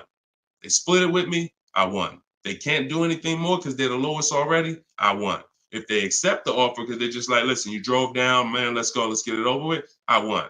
Either way, I win. That's the name of the game. Thanks, Austin. I appreciate you, man. Go ahead, Dolan. Next question. Okay. Casa de, can y'all keep, if y'all gonna spend some time with us on TikTok, can y'all tap the screen and just run the likes up for us so we can get TikTok, so we can make sure TikTok knows we're doing something big over here. They can send some more people over. Appreciate y'all. Yep. Thank y'all. I see them running up. Thank y'all. Every couple minutes, y'all just tap the screen. It just helps the broadcast. We appreciate you. This is from Facebook. Casa de Cel. Hi, I'm paying off a Land Rover. Blue Book says its trade-in is $40,000. That's garbage. So throw that out the window. Blue Book is trash. Blue Book is a marketing website. They don't buy cars. And so what you want to do is you want to get a real number, which is an offer. Your car is not worth what an algorithm says it's worth. Your car is worth what someone's willing to pay you for it today. So you want to go, this is part of our process. We call it equity assessment. There's 7 steps in my book. Once you decide leasing versus buying, that's step 1. Most important question is, am I going to lease or buy? Because you can't get a good deal on a purchase if you should have leased. No way. If you were supposed to lease, because you don't keep your cars 8 years, but you bought, you have a horrible deal. You're going to lose it depends on the price of the car. You'll lose over 10,000 on a higher price car. You probably lose 4, 5, 6 grand on a lower price car, at least 4 grand, 5 grand. So that's step 1. Now, once you decide that, we move to step 2, which is the equity assessment. Equity assessment is any vehicle we have, we need to assess if there is equity in it or what the equity is. And it's based on offers. So when you go to Kelly's Blue Book instant cash offer, not KBB, not Blue Book, instant cash offer, Kelly's Blue Book, you're going to see that Kelly's Blue Book led you astray. In most cases, telling you your car is worth $48,000. Because this is when we begin to expose that Kelly's Blue Book was a marketing website and they would tell you anything. Kelly's Blue Book is owned by autotrader.com. What they began to do maybe 7 years ago is they begin to buy cars. So they didn't just give you there was a little button on here that says, we'll make you a cash offer. And I would do this with people in the dealership when I was there. They would come in and say, hey, Blue Book said my truck is worth $48,000. I said, oh, really? Well, and I explained to them that Kelly's Blue Book is an algorithm site, but they do have this feature where you can click a button and you go through a nice 5-minute appraisal and they'll make you an offer themselves. So now let's go through this and let's find out what they're going to offer you. And you go through the 5-minute appraisal and they make you a cash offer, and it's usually $2,000 to $3,000 less than what they told you your car was worth.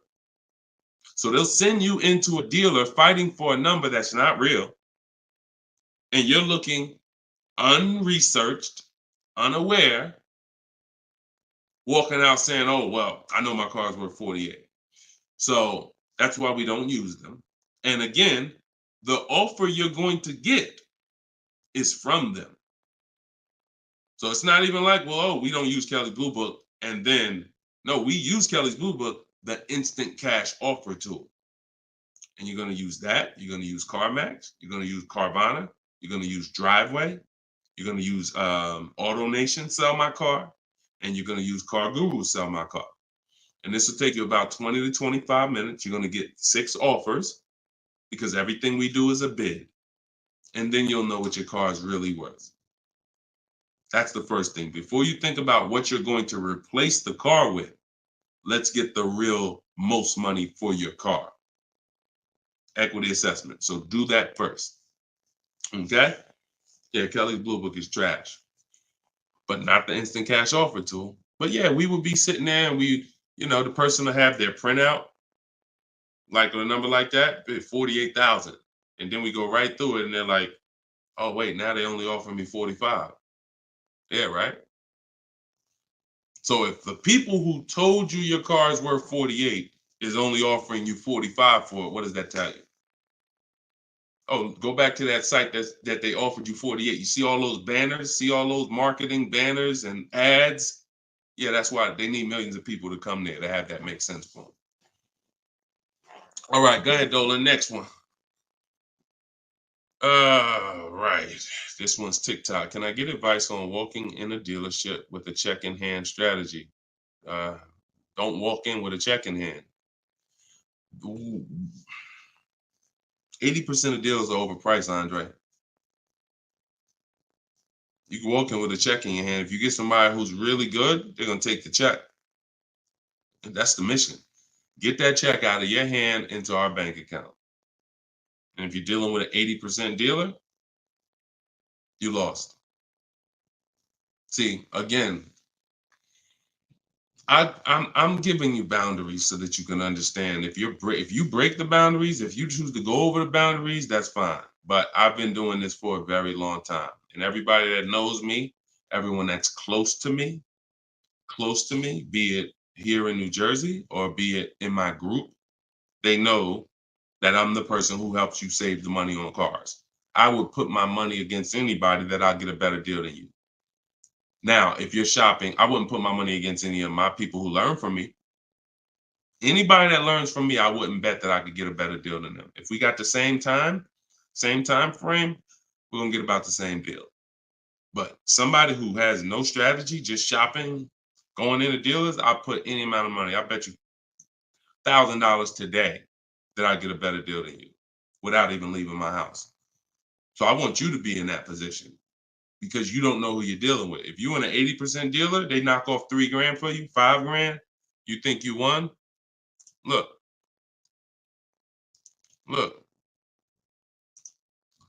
Kimberly. A little while ago, she got a Maserati. Posted this in the group. It was a $91,000 Maserati.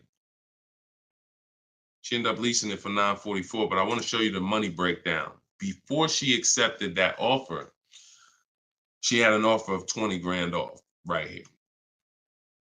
So she had an offer on an 86. So pay attention to this. $86,000 vehicle, they were taking 20 grand off for her. 20,700 to be exact. She ended up going and getting a $91,000 vehicle for $944 a month. So even a better deal. So she ended up saving more than 20 grand, more than 21 grand. Why is this so important? Because if she would have went in and got excited, she'd have walked into a dealer, walked in, and somebody would have said, all right, listen, I know you're serious. Today only, I'll knock 10 grand off for you. 10 grand. She probably never heard that in her life. $10,000, you're going to take off the price of the car. Yeah, I knocked 10 grand off. All right. Somebody who's not educated, someone who's not researched, rather, someone with no strategy. Let's go. Let's sign that. And telling our friends, you know, they took 10,000 off from me. Until we get 5 to 7 offers, we don't know what the best number is. She wouldn't have saved over 21,000 on her brand new Maserati. So when we talk about this money is not hundreds. This money is thousands. Some of you, if you're buying luxury cars, tens of thousands, 5-figure deals that you are going to just leave on the table. Going in, that's some 1990 joint. Oh, walk in, check your hand. Yo, I got a check. Who wants to sell me a car? 1990. You're doing the same things that someone in 1990 did. Let that sink in. So what do? You stay home, you get offers from home. Now, all of you who are like, Deshone, I want to do it your way. I don't want to have to figure this out. Give me the roadmap. That's my new digital book, Cars from Home, 7 Steps to Saving Time, Money, and Avoiding Dealerships. All my scripts are in there. My strategies for leases, my strategies for purchases, my strategies for used cars, the bank bidding war, where we make banks and credit unions bid for our loan. We guarantee all the money that we want to guarantee that there was not a dime that we could have saved when we make our car deal. And the only way that's going to happen is through bids. When I sell my car, not trade it, I get bids. When I buy my car, I get bids. When I get my loan, I get bids. You walk in with that check, man, that check won't be in your hand very long. So everybody can get the book for 75% off. It's normally $97. But in my TikTok bio, click the link in my TikTok bio. You won't leave the broadcast, so you could actually come and catch the last couple minutes of the broadcast. But go there as long as you get there before the timer. It's 30 minutes. Once the timer hits 0, it's back up to $97. And if you're on Facebook or if you're on YouTube, we got a link in the comments section for you. If you're watching us on a television, then you can use your camera and you can scan the QR code and it'll take you there. Get your book for 75% off, and you'll have these strategies for the rest of your life. And I also update that book. Some people say, man, is the book available in print? It's too many things that change. I change scripts. I change templates I use, websites change, Vroom went out of business. I need a digital book. I can update the master file so that way you open this book a year from now and it's updated. So you'll see some of you got it 2 months ago and you open it today and you're like, wait, I see something a little different. Yeah, because I update the book regularly. So get your copy before. And even if it goes back up to $97 and you miss the welcome offer, what are you going to save? What do you really think? How much money do you think you're going to save using my stuff? That's what you should be holding me accountable to. I'm going to get Deshone's book, and I want to save the same amount of money Deshone would have saved on this deal. And when you see these people, Bonita, when you see Kimberly, when you see Sean, when you see Eddie, all these people I share throughout the shows, they're getting the same deals that I would have gotten. But they were just like you. They weren't in the car business 14 years. Frina, she just got this Jeep a little while ago. Look, 2024 Jeep Grand Cherokee. Look, $65,000 MSRP, $579 a month, 0.88% lease deal. I use all the scripts, contacted the dealer, I followed the program, used the scripts, contacted the dealer, sealed the deal. We're in a different world. So you're either going to come over to our world or you're going to stay in your world. And your world is painful and expensive. Painful and expensive. Spending hours in dealerships, multiple visits, going back twice, 3 times. Painful. Every car deal I make is from right here where you see me at. I'm right here. Go ahead, Dolan. Shoot the next one up. Austin, I see you. God bless you and everyone online. I have to get back to work. Thanks for checking in, man. Always enjoy the new car too. Because my payment is due in 15 days. Enjoy, man. God bless you. Swagger from Instagram says, is it smart to buy the vehicle after leasing it for 3 years? No, it's a horrible idea. You've already had the vehicle for 3 years. You're buying a used car now. So leasing and purchasing is an entirely different philosophy. When we lease, we're getting great lease deals. We're driving vehicles for pennies on the dollar compared to people who purchase them. All those lease deals. You saw Frina, that same $65,000 vehicle is $1,100 a month. Someone is out there paying, unless they put up a ton of money down, they are out there with that same Jeep that Frina just picked up and they're paying $1,000 plus a month for it. She's paying $579. Why? Because they said they don't lease? Well, you go ahead with your non-leasing stuff and pay double what I'm paying.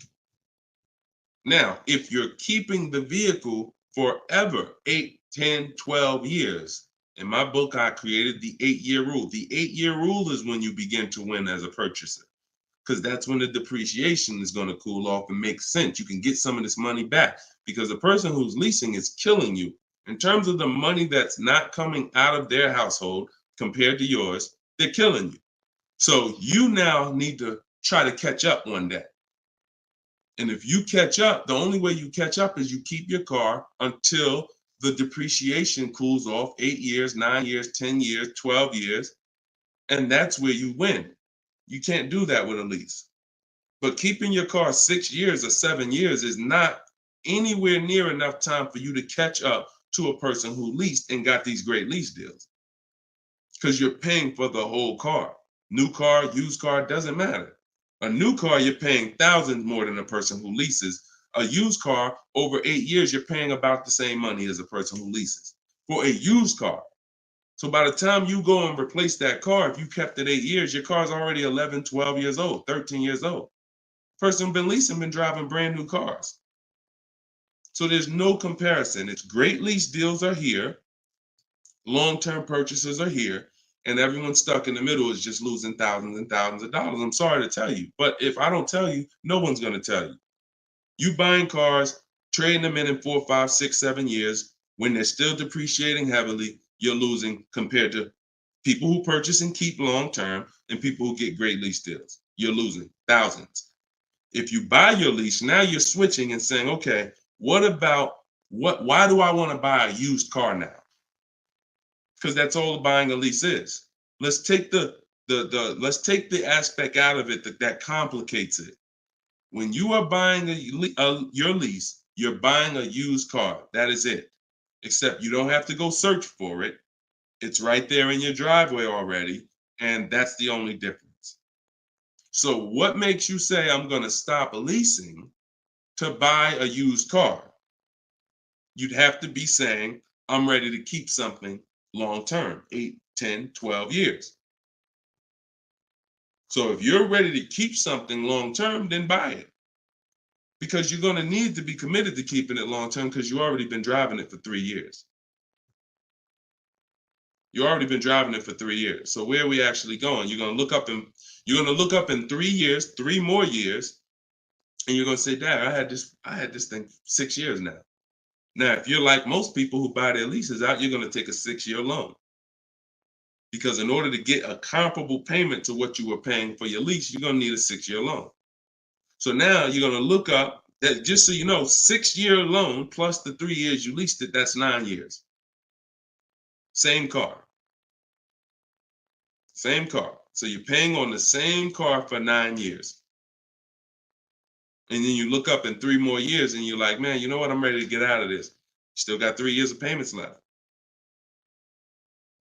Only scenario where you can pay on a car for 6 years, turn around and still have 3 years of payments left is when you bought your lease. Makes 0 sense. Makes no sense. Unless you're keeping forever. That's a different story. You want to keep it till the wheels fall off, then buy the lease. It's the only way it's going to make sense because you're paying so long on a car, the same car, you better be keeping it long enough to have it make sense. And that's not 5 more years. Your loan ain't even paid off in 5 more years. Buying your lease is a horrible idea for most people. Horrible, horrible, horrible idea. And it's just because what you don't want to shop. You don't want to shop. You don't want to get in the market. You old strategies, you're scared. New way, sitting at home, get bids, let the deals come to you.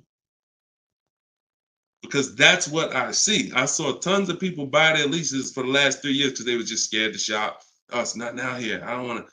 We've been making deals since the pandemic. Deals been out here for people who shop and know how to get deals. So unless you're changing your whole philosophy, I'm stressing to you how bad buying your lease is. All right.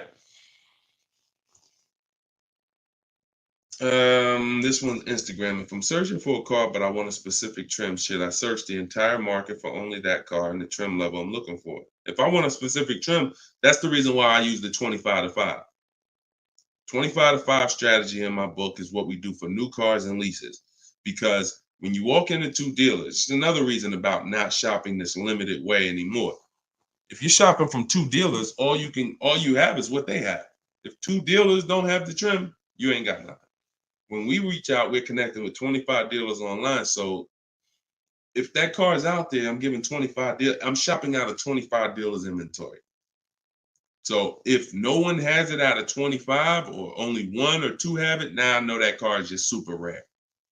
Or maybe it's about to sell out. Maybe it's like that happens sometimes where like the 2024s are all gone, but the 2025 haven't come in yet. There's only a few 2024s left. But yeah, I mean, we shop wide. We shop wide. Several people who are learning from me and you're getting deals, they drove. A lot of those people that I showed you throughout the show, they drove 45 minutes, an hour and a half to get to the vehicle when they're picking it up. Look at Sean. Sean specifically And this is how important. I'm gonna let someone else tell you why shopping this way is the best. Because he said, look, he saved. I said I said you're saving over 20 grand with the discount and the rebate. But the only way to know is this the best deal is to compare to the other offers. Because again, I don't know if you could look. I sold a Maybach back in 2015. It had a $20,000 rebate on it. So I don't know if the rebates is 15. What if they got a $20,000 rebate on that? Now that was a $260,000 vehicle, but still, you just never know. So I said, if you're gonna compare it, you're gonna compare offers. He said, yes, I got about 15 quotes. He said I couldn't find anything under MSRP. He ended up expanding his search to 150 miles to find this deal. So he's driving probably 100 miles somewhere. I doubt it's all the way 150 miles, but maybe he's driving 100, 120 miles. But look what he's saving, 20 grand. So we don't do local because you only buy your car once every couple of years. So you buy your car from who makes you the best offer. You service your car from where it's the most convenient. Yeah, we drive to get our deals because most of the time the dealers that are near you, they feel like they own you anyway. So when they see the zip code, they think, oh no, we don't have to make, this person's local. This person's 20 miles away. No, we're not gonna do nothing crazy. But when those people who are 100 miles away from us see us pop up on their computer, and they're like, oh wait, we could take a deal from our competition. All right, let's do this. Sometimes they'll beat the deal that your own local dealer won't get. Your local dealers are charging you the most money. Local dealers are hands down most of the time charging you the most money. Everybody close to you, because they just like you close. You ain't gonna shop. The statistics show you shop 2 dealers before you make a deal. That's what the statistics show. Look, right here. I'm gonna show you something. When I tell you, look, no offense, I wouldn't be trying to help you if I could, but I gotta keep it real to you. This is all stuff we know about you. Look, how many dealers does the average person visit before buying? 39% future car buyers plan to visit at least 3. They won't, because the actual statistics show 4.2 websites a person visits, and then it's 2. It's actually 2. Hold on. Let's see where it's at. Only 1 in 3 potential. The answer's 2. I ain't got to tell y'all. People say, oh, I plan to visit 4 dealers. You ain't visiting no 4 dealers. You're going to get tired. Time you get to the 3rd one, you're going to be like, okay, this is getting old fast. I think we could get it over with. 2 is the answer. So if the industry knows that you visit 2 dealers before you make a deal, why would I give you a great price? So when you're using what I'm telling you to use and you're sitting at home and you're talking to 25 dealers, you have 25 dealers in your inbox. When you're sitting at home and you're looking at all the used car market in a 150-mile radius of you, oh, now you're not the normal shopper. The normal shopper is going to get the normal deal, market value or over market value. That's what normal shoppers get, depending on how bad you are, over market value, depending on how unaware you are. But market value, over market value, that's normal. People with strategy, multiple dealers getting bids, below market. That's the difference. We shop wide. This local is dead to us. Local is dead to us, and it should be dead to you. I want you to kill it. All right, kill that whole mindset. I don't need to buy my car locally. I'll drive into the next state. I remember Shonda last year, California. She bought a Volvo, and she said to Sean, she's in our group. She said everybody in Northern California.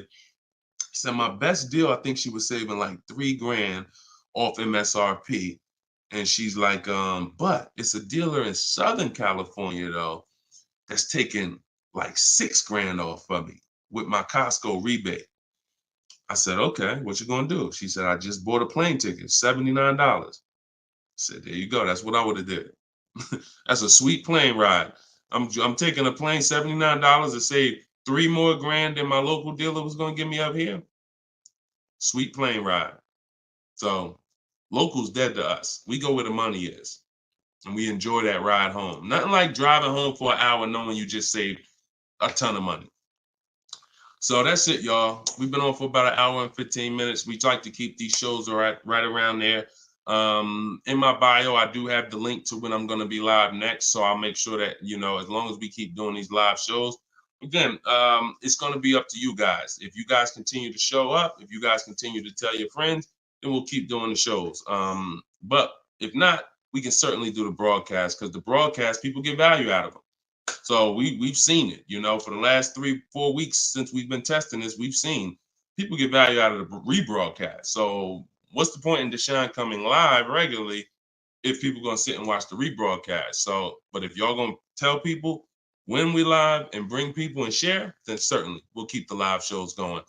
But the entire show is sponsored by my new digital book, Cars from Home. So if you want everything I teach in one place, you got it right there.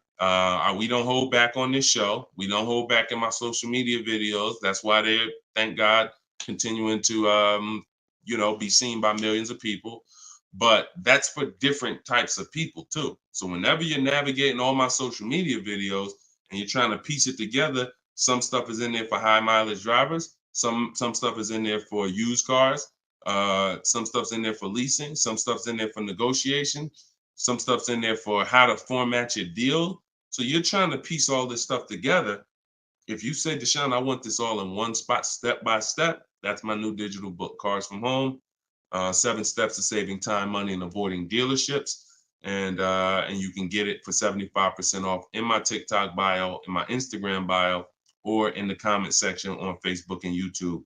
Also in my bio is a link, and we'll put one in there in the comment section as well, is a link to my masterclass that I did. It's called Everything You're Doing Wrong Buying, Selling, and Leasing Cars. So that's an on-demand class. You'll need about an hour. We go very deep on leasing versus buying there with scenarios. And I go over 23 mistakes that most of you are making. And, if you're going to really save money on your next car and every car, you're going to need to stop making those mistakes. So that is in my TikTok bio and my Instagram bio as well. And you can certainly just get in where you fit in. I make the information available. Get it how you want it. Just get it. All right. I'll see y'all on the next show. God bless you.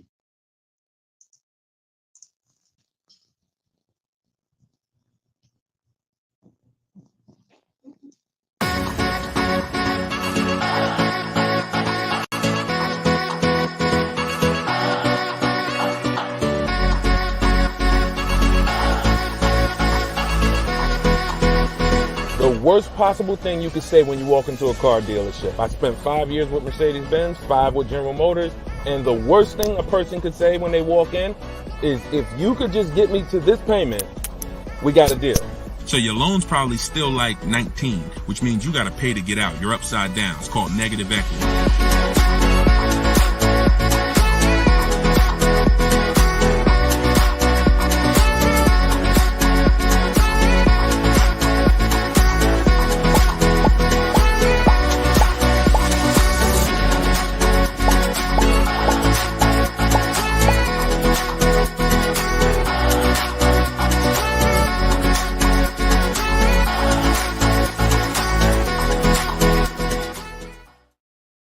What's going on? Welcome, everybody. This is episode 9 of Car Shopping Questions and Answers. I'm your host, Deshone, publicly known as Deshone the Auto Advisor. We're live now on 4 platforms: TikTok, YouTube, Instagram, and Facebook. And this is our live show. It is Tuesday at noon. We do these shows throughout the week to make sure when you are ready to get car shopping information that no one else is going to give you, you know where to come for it. So you guys can start typing your questions while I take care of the housekeeping. We have Dolan in the background who'll be bringing your questions in. Shout out to the people running the likes up on TikTok. Appreciate y'all tapping the screen. I'm the author of the new digital book, Cars from Home, 7 Steps to Saving Time, Money, and Avoiding Dealerships. And I feel it's only right to start this show with two reports I got, which were great. I had somebody write us and talk about the deal they got on this 2024 Mazda CX-90. MSRP was $44,820.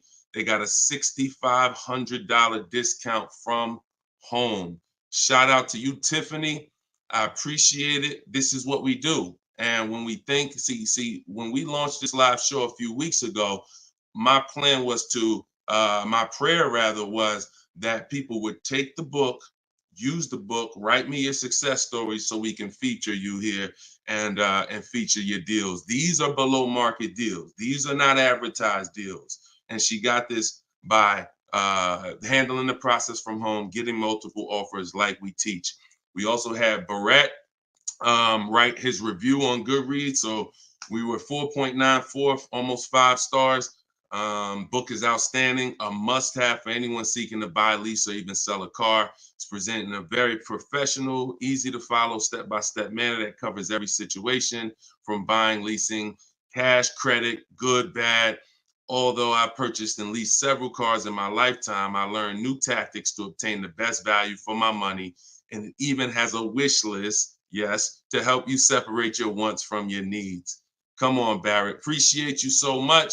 Everybody who wants to get your copy of Cars from Home, it's normally $97, but for the next 30 minutes, you can go to my TikTok bio or my Instagram bio, or we have a comment pinned for you guys on Facebook and YouTube, and you can get your book for 75% off. So you won't pay the normal $97. You'll pay $24. But once that timer hits 0, your price is $97, which is still a great price. So now that the housekeeping is done, we can start with the questions. And if you got the first one, Dolan, feel free to bring it in while I put the banner up for those who want to get their book. Okay, is it better to shop online or in person? Well, you have no leverage in person. In person, you're competing with a person who negotiates every day, 2-3 times a day throughout the week. You're no match. I don't care how good you think you are. The best trained professional is just going to be better than you. And that's because they do this every day. Now, the second reason it makes no sense for you is because from a leverage position, you can't put them against their competition. You don't know where the real bottom is. And so you're going to overpay. And even if you get a good deal, who's done this? Be honest. You leave the dealership and you're like, you think we did okay? You think we could have got a little bit more? Think we could have got a little bit more off? That's called buyer's remorse. That's the seeds of buyer's remorse. Anytime you wonder if you could have got more money off, that's buyer's remorse. So we never wonder, and the way you don't wonder is by shopping online, getting multiple offers from multiple dealers, letting people compete for your business, and then choosing the best one. And if you really think about this, this is how you shop for everything in life. This is how you shop in the grocery store. When we go into the grocery store, we're not looking to try to not overpay for the spaghetti sauce, right? We're not looking at hoping that we don't overpay for the grapes today, or let's use for the potato chips we're going to buy, because we already know there's so many options and there's so many people that are competing against each other to sell us something. And that is how you guarantee your best deal, when you have multiple people competing. So when you are leasing a car or buying a car, you need to get at least 5 bids. When you are buying a used car, you need to be shopping wide. You need to be shopping within 75, 100 miles of you. And that's a minimum. And then you need to be looking at all the websites that have used cars, so that by the time you make your decision, you've seen so many options, so many offers, that you have 100% peace of mind. Now, that's just when it comes to buying the car. When it comes to replacing your car, because some of you know there's a word we don't use, it's a T word. It's 2 words we don't use. One is trade, one is down payment. Because we sell our cars, we don't trade. You never get the most money for something trading it. I don't care what you have. You got a baseball card, You trade that baseball card for something, you're not getting the most money for the baseball card. How do you get the most money for the baseball card? Put it on the market. Put it on the open market and let the buyers come to you and see what the best offer is. Never going to be from a trade. Now, the only time we do have to trade is if you're in a negative equity situation. If you're in a negative equity situation, then, and you have too much negative equity, you're going to need to do a trade if you can't pay the difference. But other than that, you know, these are the things that these are the things I want you to etch into your mind. We don't trade, we sell, get bids. We get, when we get our loans, we get bids. And when we buy our cars, we get bids. That's how we guarantee that we get the below market prices that other people aren't getting. Okay? Go ahead, Dolan. If you got the next question, shoot it up. Okay, this one's from Instagram. What fees are included when you buy a car from out of state? I mean, if you're buying a car out of state, standard fees are, if you are purchasing a car, purchasing, not leasing, standard fees are tax, documentation, DMV. Tax, documentation, DMV. I've worked for a handful of dealers in my life. I've never once had fees that were outside of those fees. Never once. Shout out to y'all running the likes up. Could y'all keep running the likes up on TikTok? And shout out to the sharers. You know we appreciate you. Thank you for sending your friends. Thank you. Listen, you should at least be tagging your best friend. Whoever your best friend is, and hopefully we all have at least one. That's the person you should be tagging. They'll thank you. No one's gonna get mad at you for sharing my stuff with them. I guarantee you that. But shout out to the sharers. I appreciate y'all. So when you are, so that's an indicator. Any dealership that is making up these fees that have run rampant over the last 4 or 5 years, prep fees, marketing fees, internet fees, low jacks, we call that padding the deal. You know, you're just packing on stuff, and what you're doing is you're leaving yourself room to negotiate. We don't like to buy from those dealers because those are 80% dealers. I saw somebody ask yesterday on the show, what's an 80% dealer? We didn't get a chance to get to that question. 80% of dealers will overcharge you. It's a competition. So what you're trying to do is find the dealers who are the best prices. And the 20% are the great people. They're the honest ones. They're the ones who are not afraid to compete. These are the people we want to buy cars from. And so once you find the honest dealer, but you can't walk in to find them. You have to sort for them. Because if me and you are standing next to each other on the street and there's 10 dealers in front of us, and they say to us, 8 of these dealers are overpriced. 2 of them are the best price, but there's no label on them. What's the odds that we're going to walk into the 2 that are the best price? Not really that good, right? But if we're at home and we're talking to all 10 of those dealers at once, we're going to reveal who the 20% is. So that is our goal. Our goal is to always find and buy from the 20% dealers, and we let them come to us through online bidding, through online shopping, never through walking in and dealing. Because if you're dealing, as I said, with a dealer who has padded that deal so much, you go look at that deal and there's $4,000, $5,000, $6,000 in made up fees to pad the deal. There's no amount of discount you can get where you're going to get a below market deal. They've just set it up that way. I could take off $5,000 for you, make you think you won. You're still not below market. So that's the psychological things you have to understand. And that's why we shop from home. All right, shoot the next one up, Dolan. Great question. All right, good question. I see Instagram coming through with some great questions today. Keep typing your questions. TikTok, if my lease is expiring, can I go finance a new car? Is there equity in my lease? Well, the first thing you need to do if you decide, well, first of all, you got a little switched up there. It sounds like you're trying to go from a lease to a finance. That's not usually normal. What's normal is you go from a finance to a lease. Because a lot of you who found out that you're not keeping your cars 8 years, you're breaking the 8-year rule, you're overspending by thousands of dollars because you were taught never lease. So a lot of you have found out over the last couple weeks of shows, or maybe you watch videos, or maybe you went to my masterclass and you found out that that was bad advice. Not only was it bad advice, it was very expensive. It has cost you more money than you should even calculate. It doesn't do you any good to calculate how much money you lost not leasing when you're not a long-term person. But that's the more common path, finance to a lease. To go from a lease to a finance is a different mindset. You go from getting cars, paying a very small amount to drive brand new cars, and then transitioning to a finance. So first step, my process is 7 steps. The first step is always to choose leasing versus financing. Good. Thank you, Mr. Silva. I appreciate you. Shout out to everybody tagging on TikTok. Appreciate you.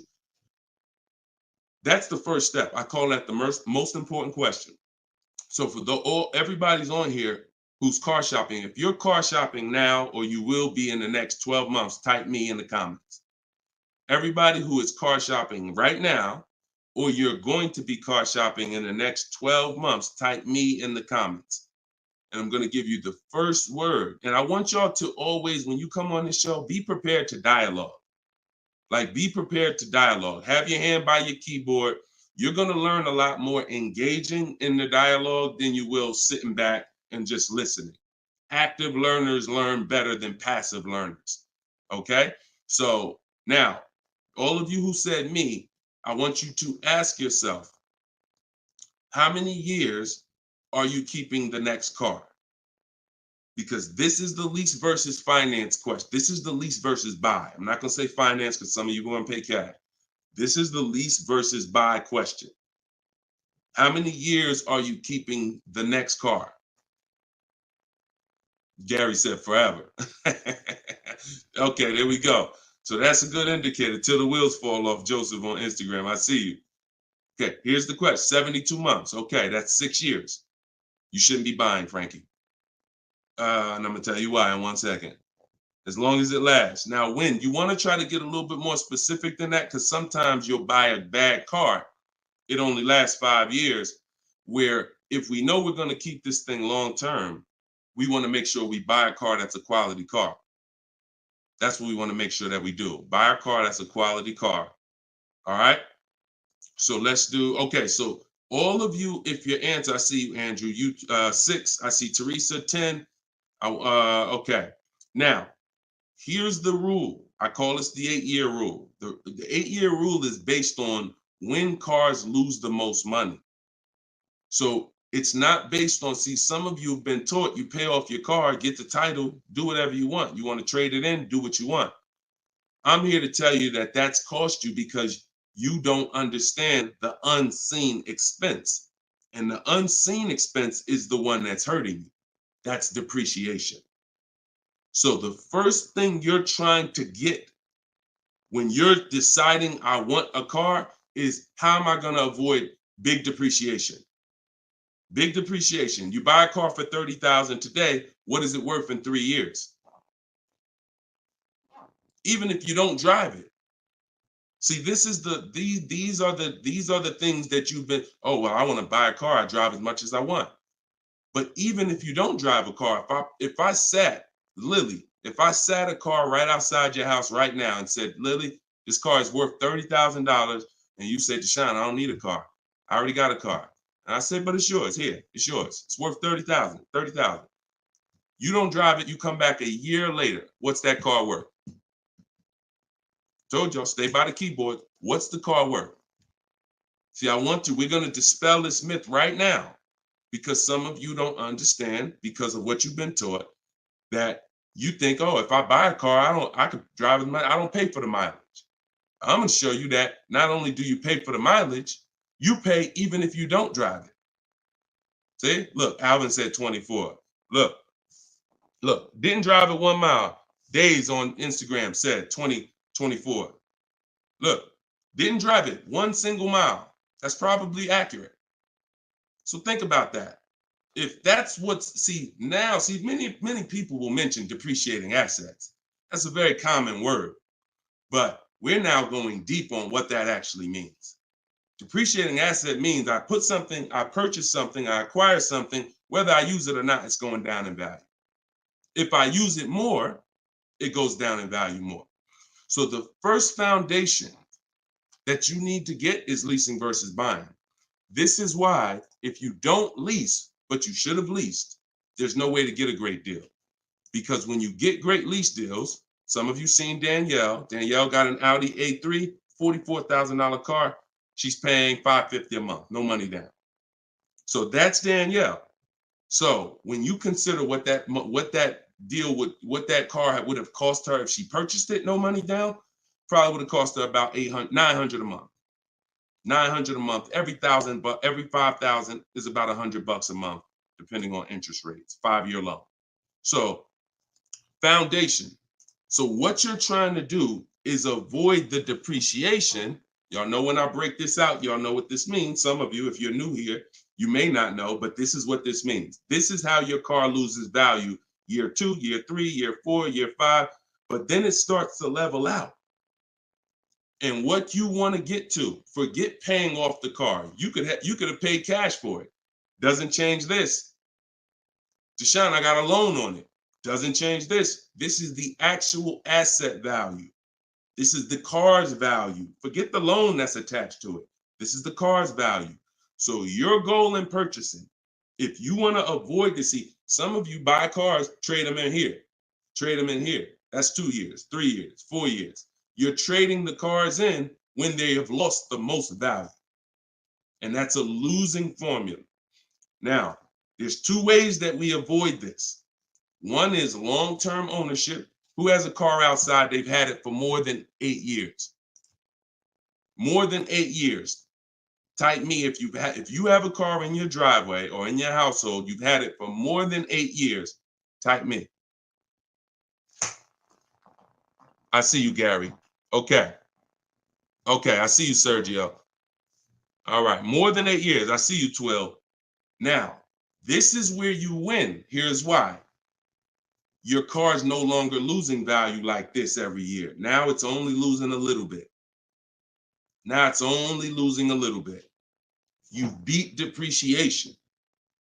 See, the goal with a purchase is to beat depreciation, not pay off the car. You could pay off the car and still lose to depreciation because you replaced the car in the early life cycle.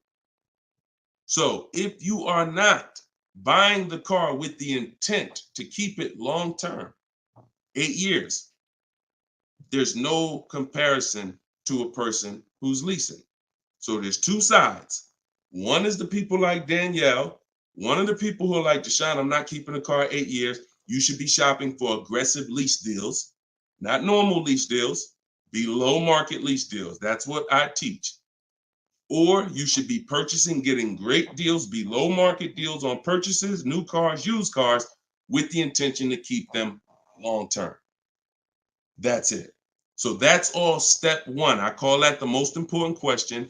That my book is broken down into 7 steps. It's called Cars from Home, 7 Steps to Saving Time, Money, and Avoiding Dealership. Step 1 is the most important question. That's what we just hit on. It's the leasing versus buying, because you need to pick a side and you need to have a long-term plan based on what side you're picking. You can't be stuck in the middle. Stuck in the middle, you're going to lose all the money. You lose all the money stuck in the middle. Purchasing cars, flipping them in 3, 4, 5 years, you're losing all the money. Buying your leases out at the end, you're losing all the money because you're mixing the 2. Lease or buy long term. This in the middle right here, that's the danger zone. Everybody clear on that? If we're clear, type clear. If we're clear, type clear. All right? This is Monday's live show. But wait, what day is it? This is Tuesday. Tuesday's live show, 12 o'clock. So whenever y'all don't see the banner on the show, then you know it's live. If you see the banner that says when we're live, then you know it's one of our rebroadcasts. But if you don't see the banner, that means we're live and you can start typing questions. All right, clear. All right, everybody's clear. Now let me hit the second part of Frankie's question.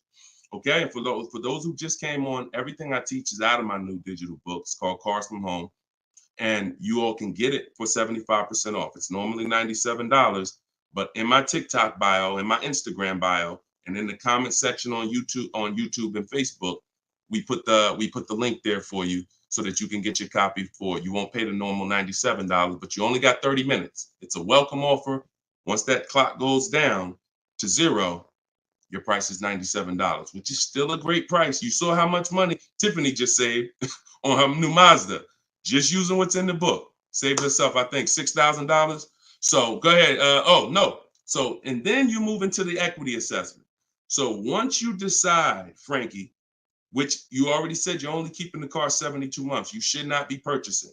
Because if you purchase, we already went to what's going to happen. You can't win keeping that car 6 years and then replacing it.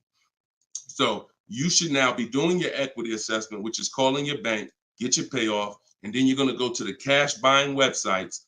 Don't use algorithm sites because they're worthless. Car Guru, Sell My Car, CarMax, Carvana, Driveway, AutoNation, Sell My Car, AutoNation, Sell My Car. 6 offers, 3 are from dealers, 3 are from online buyers, and these are the best offers you're going to get. They'll cut you a check the same day. That's our bidding system. That is how we do our equity assessment. We do not trade our cars in because we're not going to get the money that they're worth trading, which I hit on earlier. All right. I know we got a lot of questions being typed. Dolan, you can shoot the next one in.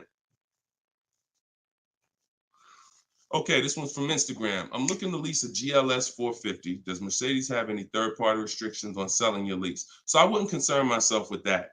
I'm going to tell you why. That's like trying to think about the purpose of equity on a lease is a bonus.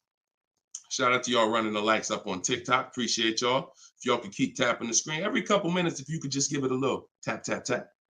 That just keeps running them up. Just every minute. Every time you hear something and you're like, oh, that was good. Tap, tap, tap. And just keep the likes running up. Keep TikTok notified of what we're doing over here. So you never want to base the car you're going to lease on if it's going to have equity at the end. The benefit of leasing is driving cars for pennies on the dollar compared to what people purchasing them. And you're avoiding depreciation that people purchasing the vehicles are going to take. That's the benefits of leasing. Now, there's a lot of other benefits too. I mean, you're driving a new car. You're under warranty most of the time. Depends on how many miles you drive.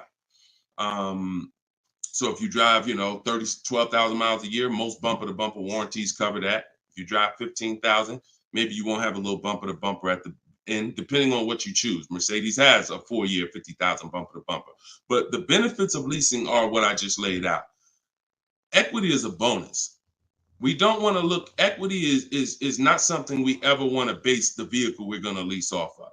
It just doesn't, it's too many market changes that could affect it. A car could have high resale values now, and then in 3 years it doesn't, which means any equity will be eliminated because of the 3-year-old used car market. So you don't want to shop like that. You don't want to shop like that. Focus on, and what I teach in my book is you're going to pick 3 vehicles. Good to see you, Judith. You're going to pick 3 vehicles because leasing, it's so easy to get a great deal purchasing. So easy. On a new car, forget about it. The bids, forget it. We're going to find the 20% dealers. In my book, I have all the scripts because I don't want you talking. Who'd rather get great deals without talking?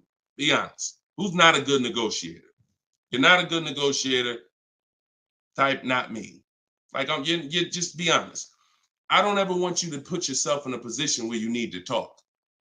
And if you start talking to somebody who's trained to talk and dissect and get information and then tailor a deal, you're going to lose. So in my book, everything is silent. The only people we talk to when we talk to people are managers, because those are different conversations if we need to have them. We're never talking to salespeople besides when we're coming on to test drive the car. We're never talking to salespeople because we just don't know who we're dealing with. So when we're online, we're always typing. That's why I say go online. My strategy is called the 25 to 5. We go online and we contact 25 dealers, go to their website. I have copy and paste templates in there that you just fill in what you want. But if you're going to do it your way, that's fine. But I'm telling you, you don't want to deviate from this format because you're going to get yourself in trouble and you're not going to get the results. You want to be able to connect with a large amount of dealers so that you could get 5 offers, at least 5, because 4 are going to be overpriced most likely, but 1 is going to beat everyone else. So, but when it comes to a lease, there is the lease program. that the dealer can't control.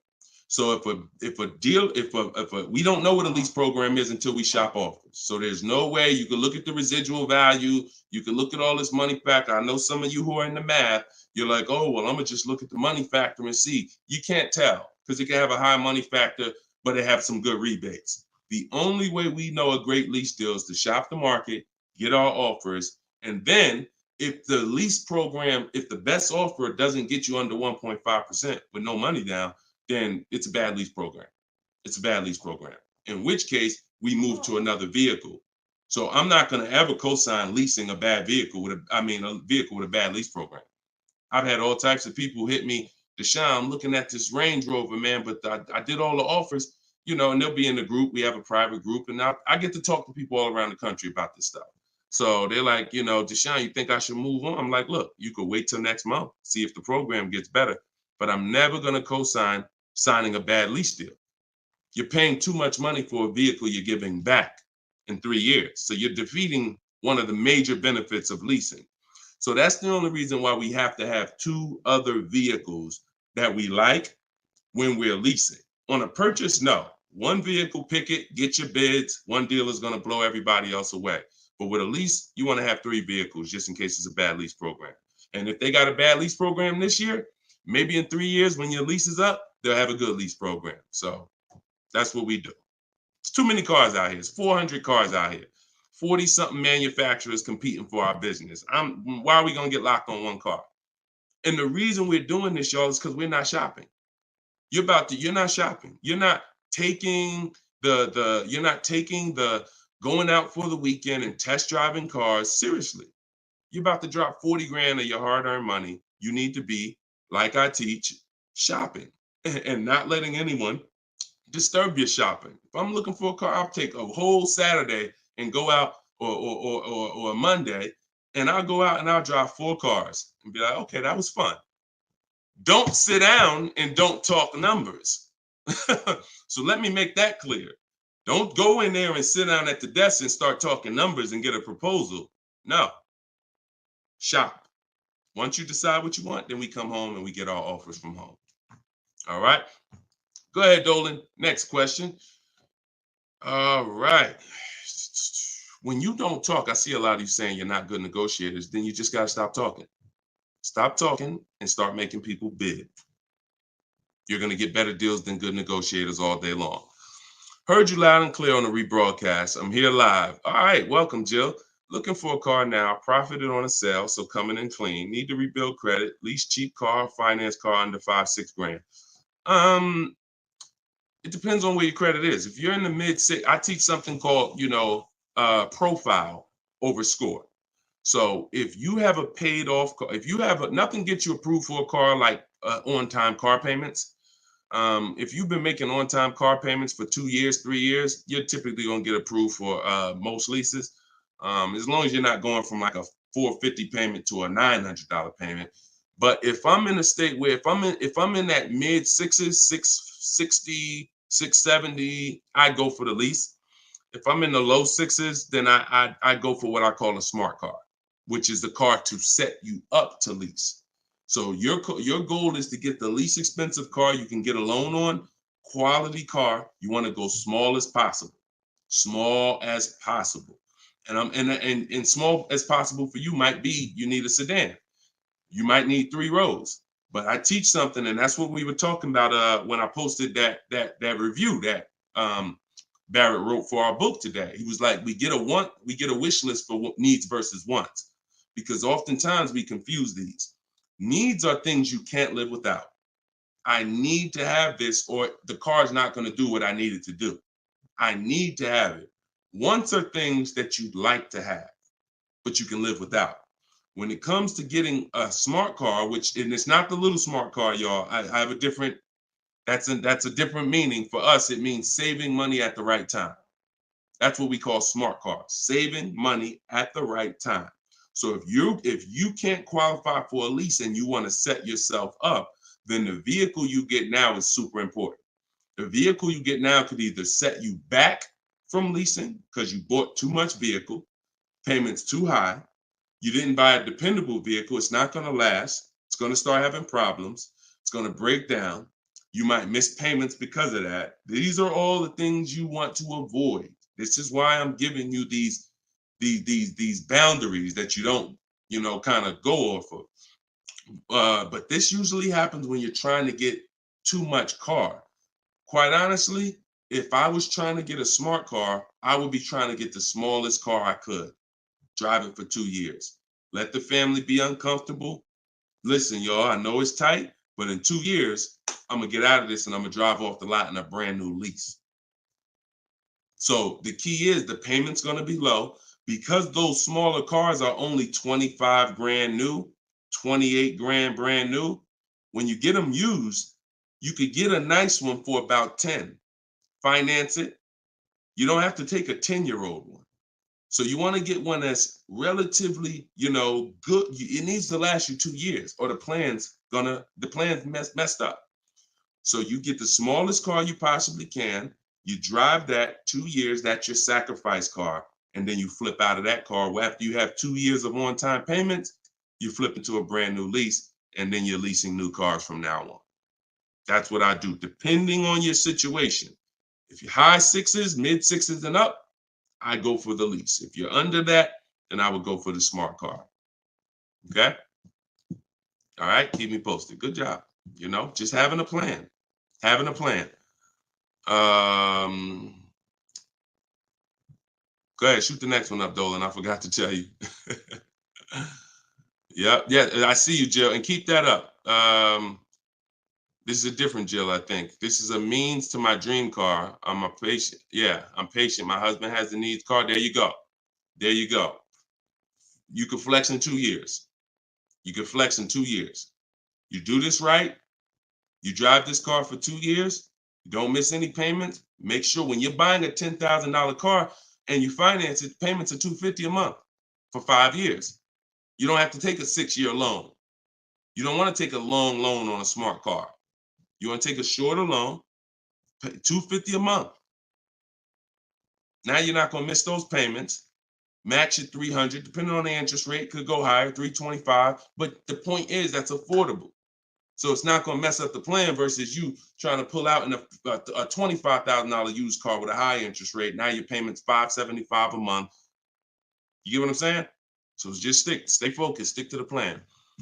All right. This is another Jill from YouTube, I believe. Buyout is, go ahead, keep that one up. Oh no, I saw that one. Get the one you just had up, Dolan, from the other Jill. Yep, thank you. So buyout is $36,000 on my 2023 Audi Q5. I want to lease a Range Rover Sport.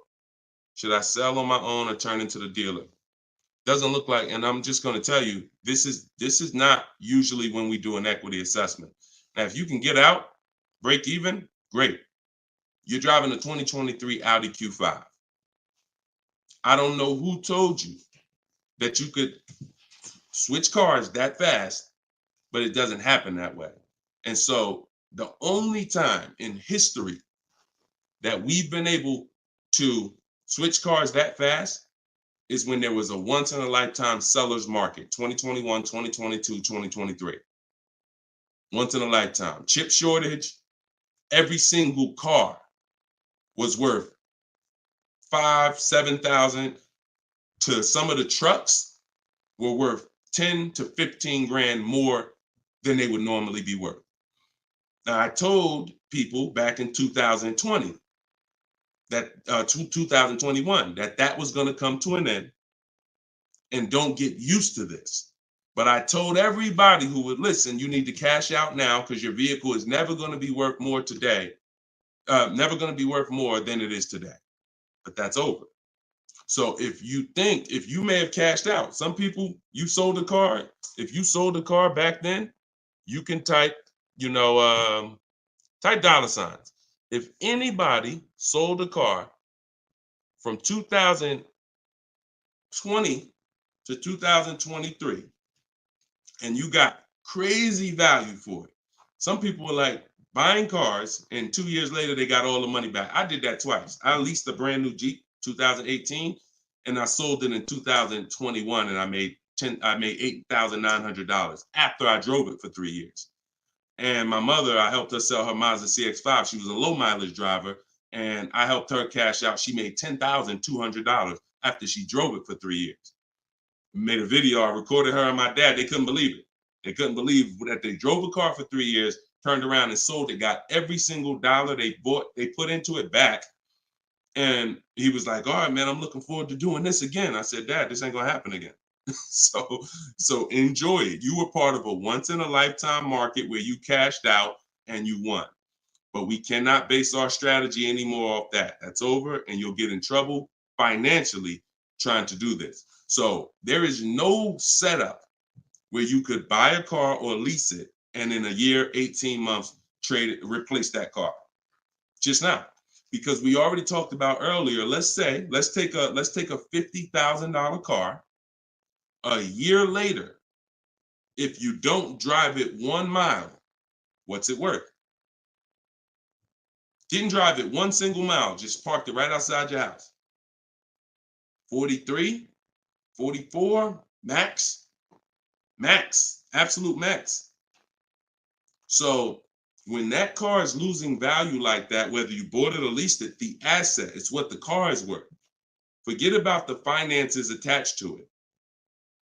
You can't, and look, if it's a Jeep Wrangler, if it's a car that has a high resale value, like a Jeep Wrangler or a G-Wagon, these are top 10 best resale values in the world, then all I'm gonna do is after I lease it, I'm just gonna sell it and I'll make the equity. But I'm not going to look to trade that car or replace that car in a year, 18 months, break my lease contract. Now you do your equity assessment, Jill.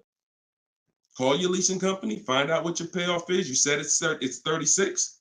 Now, if you can get offers higher than 36, then you can get out. Very simple. So get the offers from the companies that I mentioned about 15 minutes ago. I laid out the 6 companies. But when you lease, though, you must put no on those websites. It's going to ask you, do you have is the vehicle owned, leased, or financed? You want to put owned, because something triggers on their websites. They think every lease has a third-party restriction. Most of them do, but if you just want to find out what the market value is for your car, and if you could get out and make some money or break even, then yes, you can jump out, no problem. But if you see that your buyout is this and all the offers are below that, then what you're now about to do, even if you say, because some people will say, all right, well, I'm gonna walk in the deal and see if they can work a better deal than that. No dealer is going to give you more than the online buyers. So if you run those online quotes and all of them are less than your payoff, all a dealer is going to do is take the negative equity and the desperation for you to get out and roll that negative equity over to your next vehicle because you're desperate to get out for no reason. So that's the real. You can do what you want. I would suggest you don't get out of your lease. You don't break a lease contract until you can financially do it, which means I can break even, I can sell, and I can get equity, or either break even. Break my contract, but I'm not coming up with a dime because a dealer bought my car and I'm out of this thing. That's the only way I'm breaking a lease contract. I'm not rolling negative equity. I'm not going to create negative equity in a lease to get out of a lease early for no reason. It just doesn't make financial sense at all. All right, no problem, Jill. Happy to help. Happy to help. Okay, so that's step 2. See, the equity assessment step, guys, is so important. See, because it's the foundation of our deal. So when you look at step 1, the leasing versus buying question, how many years do you keep in the car? 8-year rule. That's step 1, super important. Foundational of your deal. As I said, you can't get a good deal if you purchase, but you should have leased. Impossible. You got a bad deal. I don't care how much money you get off. Now, second step is if I have a car to replace, I got to do an equity assessment because I need to know, is this car that I'm in going to be going to prevent me from making a move right now? Too much negative equity, I'm prevented from making a move right now. If I can get out, make some money, now I got some money. I can sell. I can put money in my pocket, put it in my bank. That means it's an asset. It's a blessing to me. So your car that you're in could either hinder you from getting a car or it can help you get the next car. That's why we always do the equity assessment before anything else. All right. I don't know why I'm frozen on Instagram. All right, go ahead back in, Dolan. Next question. Okay, now I'm back. I see. I'm just monitoring Instagram. Okay, and just so y'all know, everything that I'm teaching is out my new book. And look, I want to show y'all this. And before, keep that question up. Look, here we go. Boom. Look at that. 4.94. Thank you to everybody. We're higher now. I think we're up to 35 ratings, 28 reviews. So thank you to everybody who's reviewed the book on Goodreads. Appreciate you. And thank you for everybody who's using it. Make sure you are writing me with your success stories. Show me your deals so that I can post them just like I posted Tiffany's deal. But everybody can get the book. You can get yours for $90. It's normally $97. But as our welcome special, our book launch special, you can get it for $24, 75% off in my TikTok bio for 30 minutes, or my Instagram bio, or in the comment section of YouTube or Facebook. We have a comment pin for you.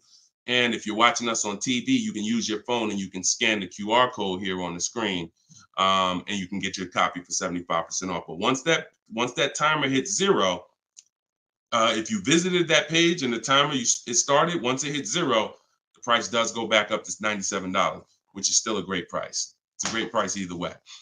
And it'll be in your inbox in a couple minutes. Okay, this is from Instagram. I use your template in the book to ask for quotes. Their response is the lowest offer you ever received. They are being difficult and giving me their best offer. What's the best way? Use the scripts. It's just conversation. Hopefully you listen and you have a separate email, because you're not going to have intelligent conversation with 5, 7, 10 dealers mixing personal emails. So every part of the system is important, having a separate shopping email. So everything in there is dealers. And now everything they're saying, we have a response for. Every single thing. It doesn't matter. Don't expect 80% dealers to be easy. Expect them to, hey, can we have a conversation? Hey, when can you come in? Hey, this be a whole lot easier if you're here. See, what we already know is we've given them all the information they need to give us a quote. So the best thing, or the stages we move through in our conversation with dealers, is who has a car that I want. That's first. Our first set of scripts is designed to weed out the dealers who don't even have a car we want. Nothing to talk about. Nothing to talk about. So there are dealers who won't tell you they have a car. That's why we have scripts. Hey, when can we talk? I'll be handling my whole purchase online. Can you confirm if you have something that matches? Every one of my scripts ends with a question. If you're not going to use my scripts in my book, then you make sure every email you write should end with a question, never a statement. So what you're sitting at home and you are copying and pasting. Very simple. Everything they say, we have a response, because I use those scripts. I'm from inside the dealers for 14 years. I know those scripts. Hey, it'd be easier if you were here. Hey, we only do business in person. Hey, when can I get you on the phone? I promise it won't take long. All of the stuff they're going to say. Hey, we only quote in person. None of the people I'm talking to have said that. So should I remove you from my list? Always ends with a question.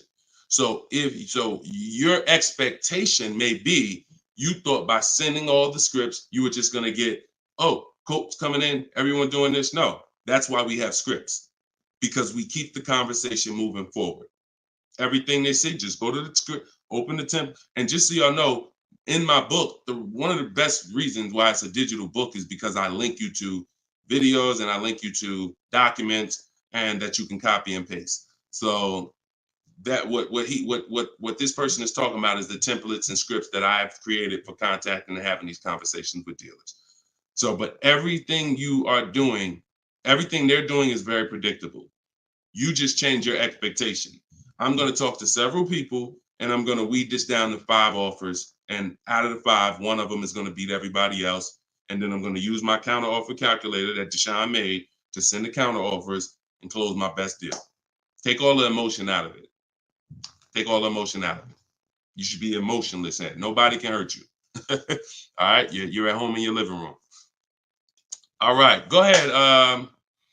Mike said nobody gives us this info. I sold cars and the dealership wouldn't even give us any insight. Trust me, Mike, I understand, man. That's why I love the 20% of car salesmen and dealers. They love what we're doing here, because they know we were never taught this stuff. So we were never taught about leasing, financing. Thank God I was able to learn it, and I was able to, but we weren't taught about insurances, all the stuff that they should be training us on. We weren't taught. So I appreciate you being here, man. All right, go ahead, Dolan. Next question. Great questions today. Great questions. Let's go. I see you. Shout out to the people running the likes up on TikTok. Can y'all just keep tapping the screen every couple minutes if you could? If you enjoying the show, you getting value out of what we're doing, every couple minutes, if you could just tap that screen and keep running those likes up. I appreciate y'all. It lets TikTok know we talking big money over here. Yep, I see it. Thank y'all. Appreciate you. All right, this is Gary on YouTube. When leasing, is it all about purchase price? No, it isn't, Gary. Great question. When purchasing, it's always about purchase price. All in, out the door, tax fees, everything included. Purchasing is always. Now, leasing, we get our lease offers, and this is where we eliminate the term down payment. We no longer say down payment. I want you to eliminate that word, those words from your vocabulary. You want to replace them with total out of pocket. Total out of pocket. So all of our lease offers we're going to get is following the 1% lease deal principle, which is, because some people, I know Judith still asks, oh, hold on one second. Hold on.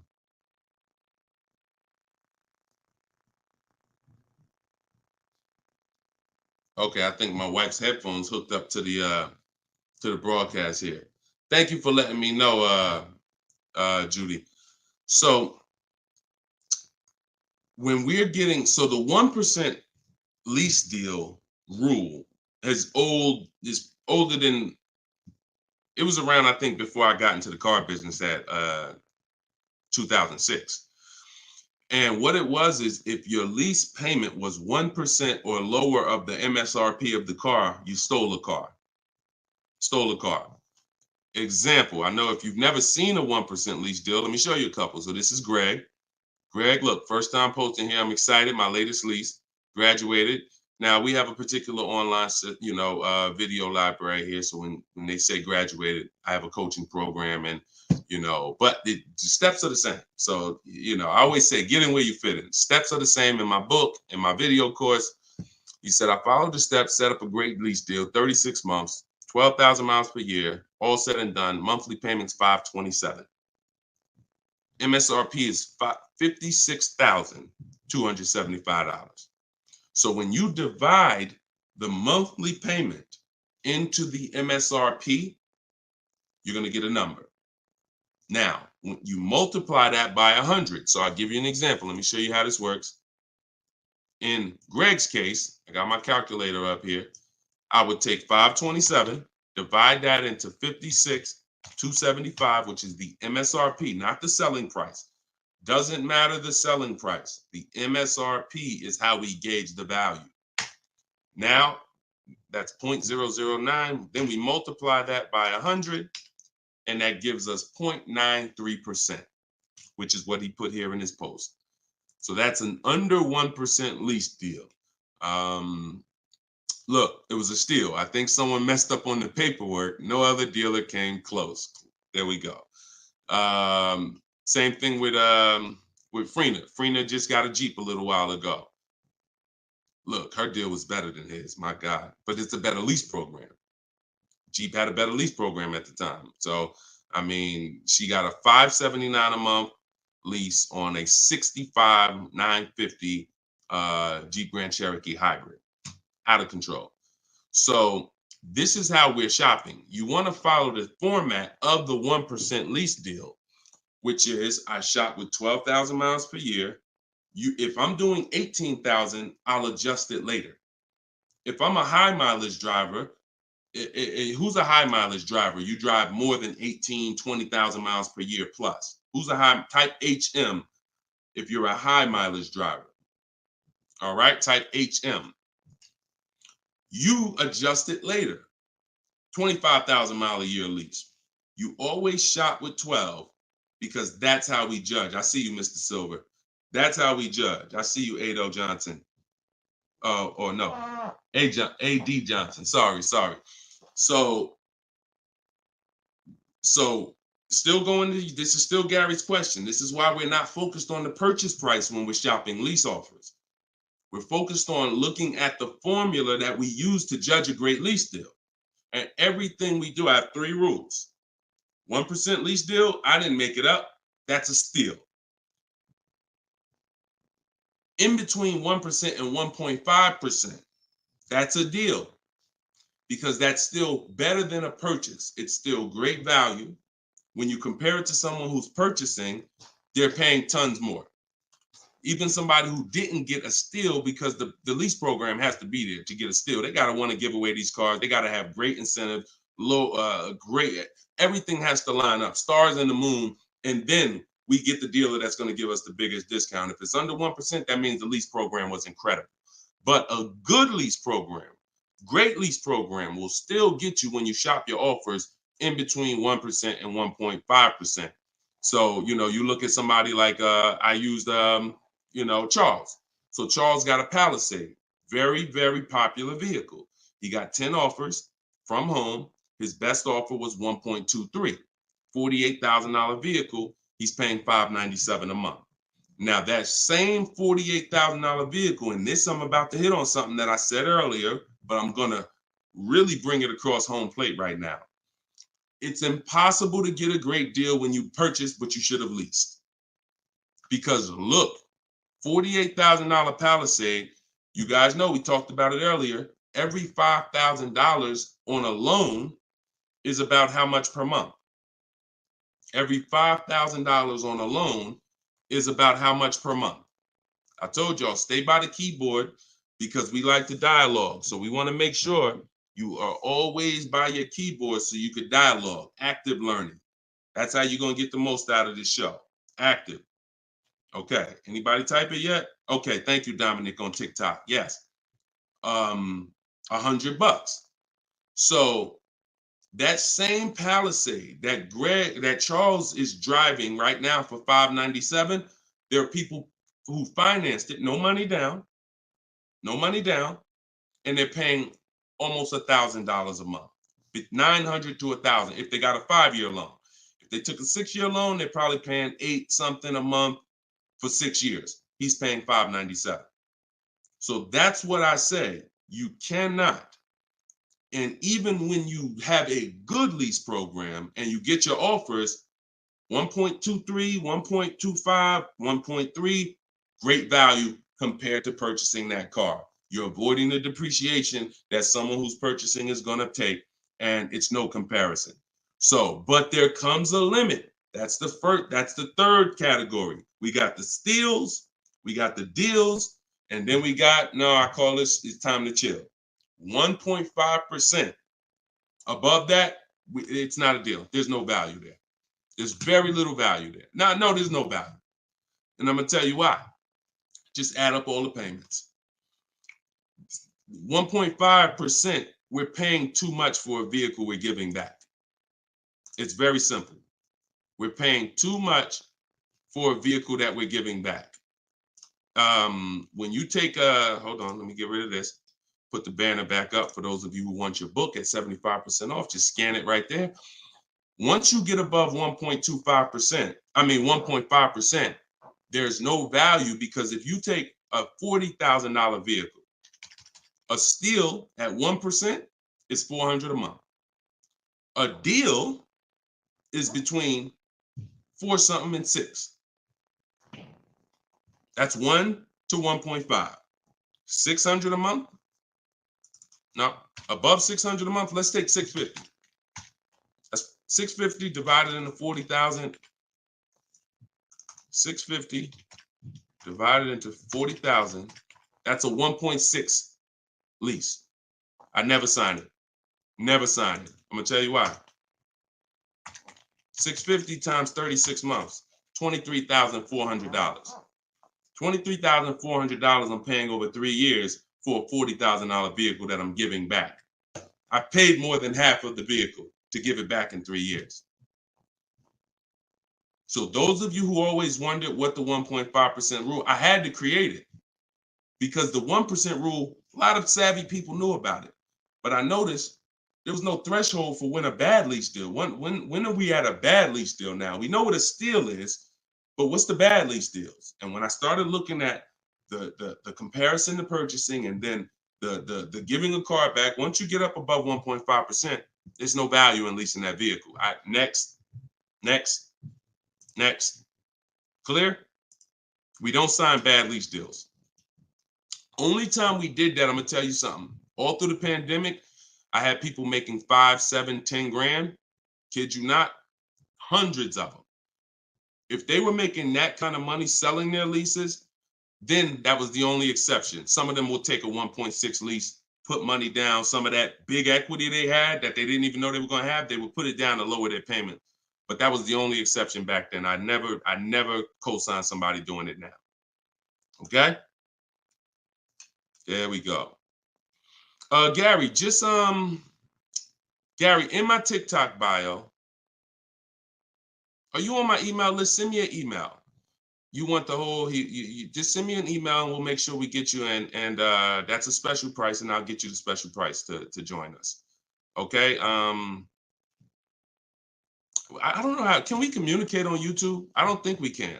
I think we can only communicate. If you follow me on any of the other platforms, Gary, YouTube, TikTok, Facebook, Instagram, they allow those direct messages and we'll be able to see you. Just send me a message and I'll get you some. I'll have the team find some special link to get you in at that price. All right. MSRP, Todd, is always the bottom line. Okay, this is a great question. Hold on. We'll pull another question up, but I want to do Todd's question he just asked right here. He said, do you include freight and handling in the MSRP calculations? That's a great question. Very common. Let me show you this.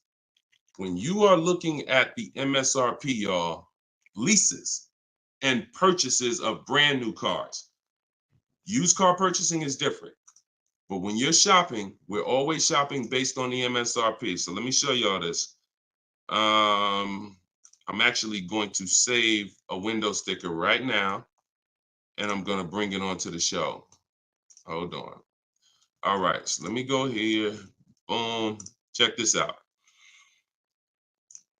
All right, here we go. Hold on. It's loading. Boom. All right, so here's a window sticker. Now, these numbers can be a little confusing. We want to go right there. Right there. Total MSRP is all we care about. Right there. Total MSRP. Because you do pay for destination to get the car from the factory to the dealership. That's included. Like that's we pay for that. So it's no problem. We need to know. You don't want to account for any of these numbers up here before the option. It's always the bottom line MSRP, total MSRP. Now, if you ever see an addendum next to a window sticker, you see a handwritten addendum or a typed addendum that takes this total MSRP and it gives some other stuff next to it, we pay no attention to that. And in my case, if you're using what I'm teaching you, you would never even be talking to that dealer about getting a quote until you got home.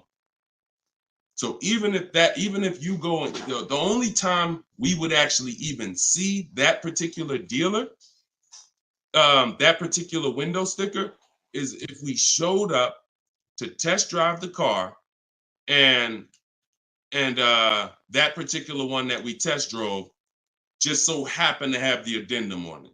That's the only time we'd even see it. Quite honestly.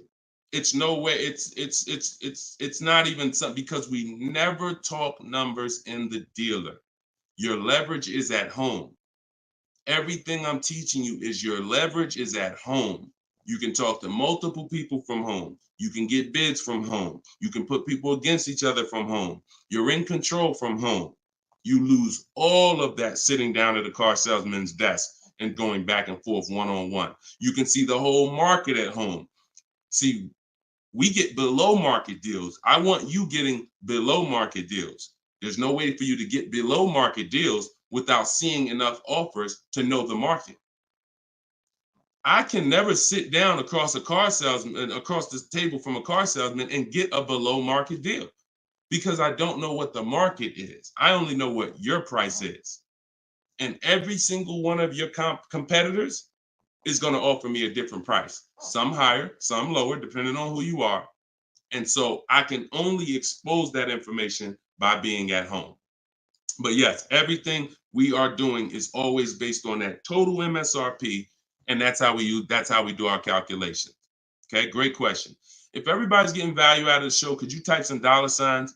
Just type a dollar sign if you're enjoying the show so far. So if whenever you see this show, if you see the banner above us, then this is a rebroadcast. But if there's no banner, then we're live. So you can ask your questions, but you can always make sure that I always want to make sure that you guys have access to the live shows so that you can use them. But even the rebroadcast, if you're sitting watching the rebroadcast, you're going to get the same value pretty much as somebody here live, because somebody's going to ask the same question you had. I can almost guarantee it. So I'm glad. I see a lot of dollar signs. Perfect. I see a lot of dollar signs. If you haven't subscribed to us on YouTube, please subscribe so that you can keep in touch with what we're doing here. And certainly, good job. I'm happy everybody's getting value. Go ahead, Dolan. We got a few more minutes. Post another question. Great questions today. All right, this one's from Instagram. I haven't had any car leases on my credit before. How likely will I be able to lease an $80,000 car? I have great credit. If you got great credit and income, then you could go for it. Great credit and income, you could go for it. Whether you have the car. Now, I'm going to tell you something. Mercedes did not want to be people's first lease.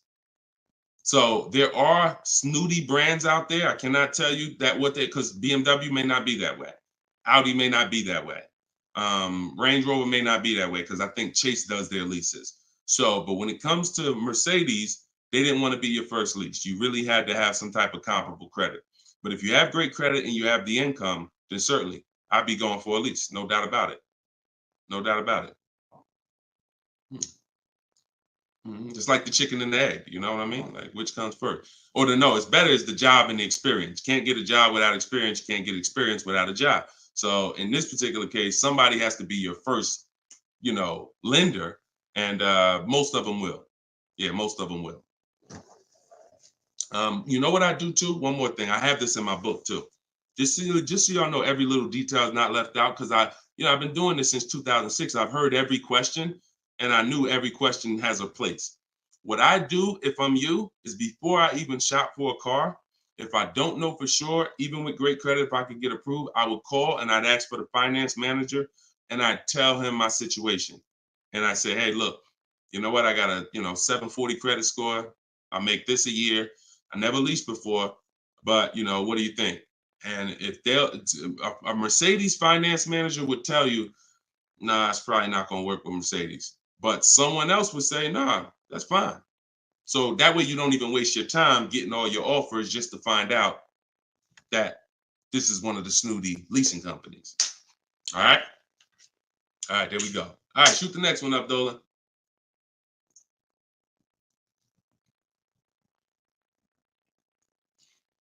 Jason Hughes from IG. 12 to 15K in equity. Great job. Okay. I mean, it's nothing you did, but if you got the equity assessment and you got bids, great job. Now, wait a minute. It doesn't sound like you got bids. And I'm going to tell you why. Because it wouldn't be an equity range. That sounds like an estimate. In fact, it doesn't sound like an estimate. It is an estimate. 12 to 15 is an estimate.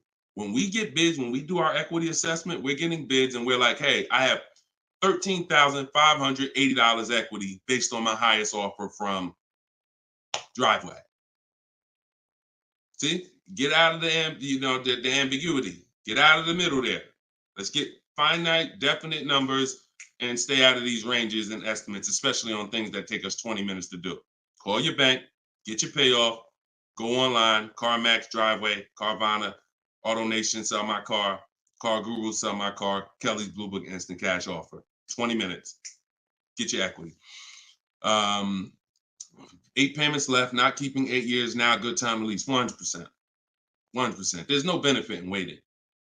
Listen, that is the path for a lot of people, Jason. A lot of people are going to discover what we're doing here, teaching by the numbers, not by emotion. And they're going to realize that not leasing has cost me money. Should I wait or should I just transition now? There's no reason to wait. There's no reason to wait. The only thing that would make you wait when you do your equity assessment is you have too much negative equity, you can't get out. That's the only time. Or you have a credit situation where you need to actually get your smart car, get a car for 2 years, rebuild your credit, and then go lease. Anybody else, no benefit. I'd be leasing tomorrow because I had a friend of mine, he's a close friend of mine. He's actually in my program. You know, he uses our stuff. And he's like, he had a Kia Telluride. Well, he had an accident. Vehicle got totaled. Now, he said, now I know the 8-year rule, Deshone. I'm going to lease this next one. He gets his bids. Last week, he leased the Kia Telluride for under $500 a month. The same vehicle that he was paying hundreds of dollars every month for. More. Hundreds of dollars more per month. I don't know what his payment was, but I know what a Kia Telluride costs to purchase. A $45,000 Kia Telluride to purchase with no money down is $800-900 a month. So he's literally under $5, no money down, when he was just paying hundreds more than that. So you're in the same situation. No point in waiting. Transition to a great value lease. Get your offers. You wish you could. You wish you would have did it sooner. All right. Go ahead. Next question, Dolan. Car brands will no longer offer V6. Buy the lease. Let me talk about this question on TikTok. Not right now. Get the next one. Go ahead, Dolan. Put the one you're gonna put out. But get that question that this person just posted about car brands no longer offering V6s. Should he buy the lease? If you have one ready, though, put that one up. Deshone, will your book work for both lease and buy? Well, you know what? Let this person answer that for you because we just got this review. This book is outstanding. This is Barrett. And you can see all our reviews on goodreads.com. Must read, must have for anyone seeking to buy, lease, or even sell a car. It is presented in very professional, easy to follow, step-by-step manner that covers every situation. Every situation. Does your situation, Keith, fall under every? If so, we got you. Every situation from buying, leasing, with cash or credit, good or bad. Only thing that Barrett didn't put in there is used cars or new cars. That's in there too. So absolutely. So yes, I'll put the banner back up for all of you who are watching us on TV. You can you can scan the QR code here with your phone, with your camera, and you can get your book for 75% off, or you can go to deshonsbook.com. We have the link in the comments on Facebook or YouTube for you. And if you're on Instagram or TikTok, you can go to my bio, click that link, and then click the button for the 75% off and get your book for 75% off. You won't pay the normal $97. Okay? But yes. All right. I have a 2020 Nissan Sentra. This is Key. I don't want to butcher your name, so I won't try. But from YouTube, I have a 2020 Nissan Sentra. Had it for 2 years. My miles are 64,000 highway miles. Okay. I know I don't have equity. I was told don't trade it in. Would be a bad decision. It's true. We don't trade cars in. We get bids. So you need to find out what your equity position. See many of you are finding out right now how important the equity assessment is. Whenever you have a current car, equity assessment.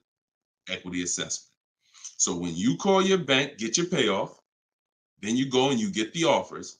You're either going to be in a positive equity position or a negative equity position. Now, if you're in a negative equity position, there's three solutions for negative equity. 2 of them lead to a car, 1 of them doesn't. First is you get all your offers and you can pay the difference because these are the highest offers. So whenever you are, the highest offers are these online bidders. They pay more than car dealers. In fact, 3 of them are car dealers that are bidding. So Kelly's Blue Book, Car Gurus, and AutoNation are car dealers bidding. CarMax, Driveway, Carvana are online marketplaces, used car marketplaces bidding. So you're getting a wide range of diverse offers from people who compete every day to buy cars. and they cut you a check right then and there. They do an hour. Both times I went to CarMax, me and my mother separately, we were out in an hour. I've had people who sold to Carvana, Kelly Blue Instant Cash Offer. They do their inspection. And then they bring you a check. So if you can pay, let's say you said you don't have equity. So if that's the case, then you may have negative equity, which means you might owe 30 and your highest offer is 28. Then I would come up with the 2,000 and I would pay the difference all day long because I'm still winning through a bid. My car's value is maximized through a bid. And if I don't get bids, I'm not maximizing my car's value. So now, second, when we can't pay the difference, then that means we must trade. This is the only scenario where we trade because you need now one part of the bidding strategy you can't do. So you're going to do the other part of the bidding strategy, which is now think about what car you want. Okay, I want a Toyota Camry. Now I'm going to get my bids. I'm going to get the lowest bid, the dealer that's going to sell me the car for the lowest amount, and then I'm going to purchase from them. But before I can purchase, now I need to bring my old car into the scenario and ask them, how much is my old car worth to you? Now that's the winning dealer. You need them to bring that loan because you need them to carry that negative equity you have and put it on top of your existing deal. So you cannot depend on, don't even think that they're going to pay the amounts you had over here. Oh, Driveway was offering me 29.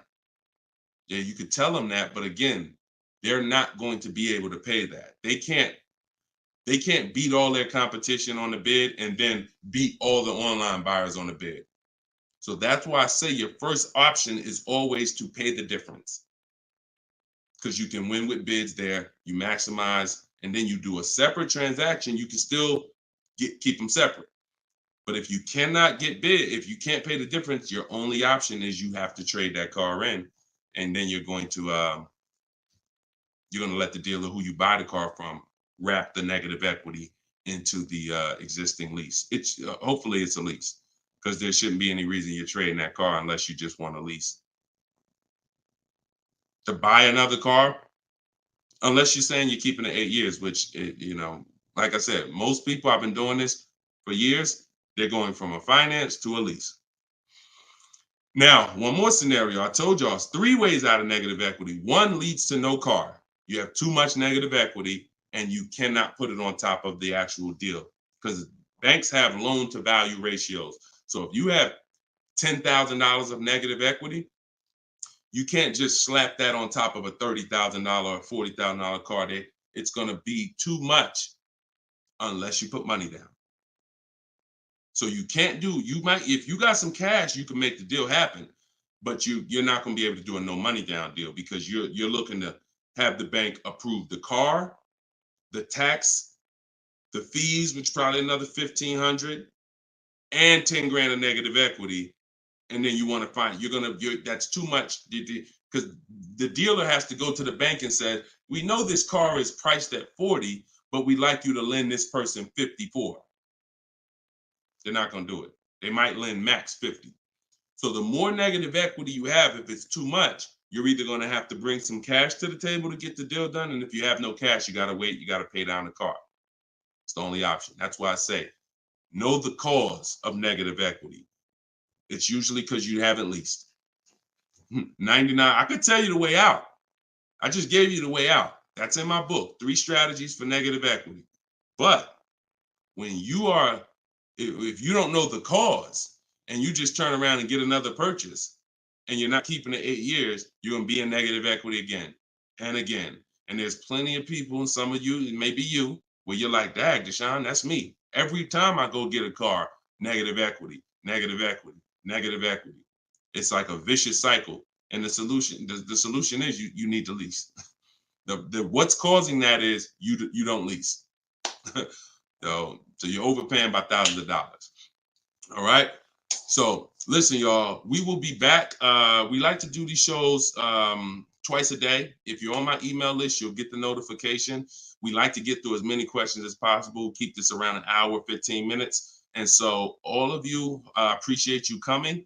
If you want every single thing I teach in one spot in a step-by-step format, that's my new digital book. It's called Cars from Home, 7 Steps to Saving Time, Money, and Avoiding Dealerships. And you can get yours for 75% off in the comment section on YouTube. We got a comment section that's pinned, deshonsbook.com. Same thing on TikTok. I'm the same thing on Facebook. But if you're on Instagram or TikTok, it's in my bio. There's a website right in my bio. Click it and grab your 75% off. You get it for $24 instead of the normal $97.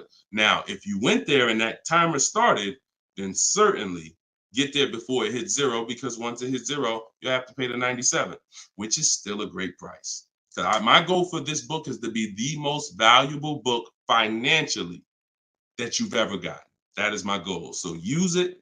Write me with your success stories. Show me your deals when you pick up your cars. Write me, email me, Deshone, just like Tiffany did. I want all of you emailing me your deals so that I can share them on the show. All right. So we'll be back. We'll be back with the next show. This was episode 9. Thank you for coming, and I will see y'all on the next show. God bless you.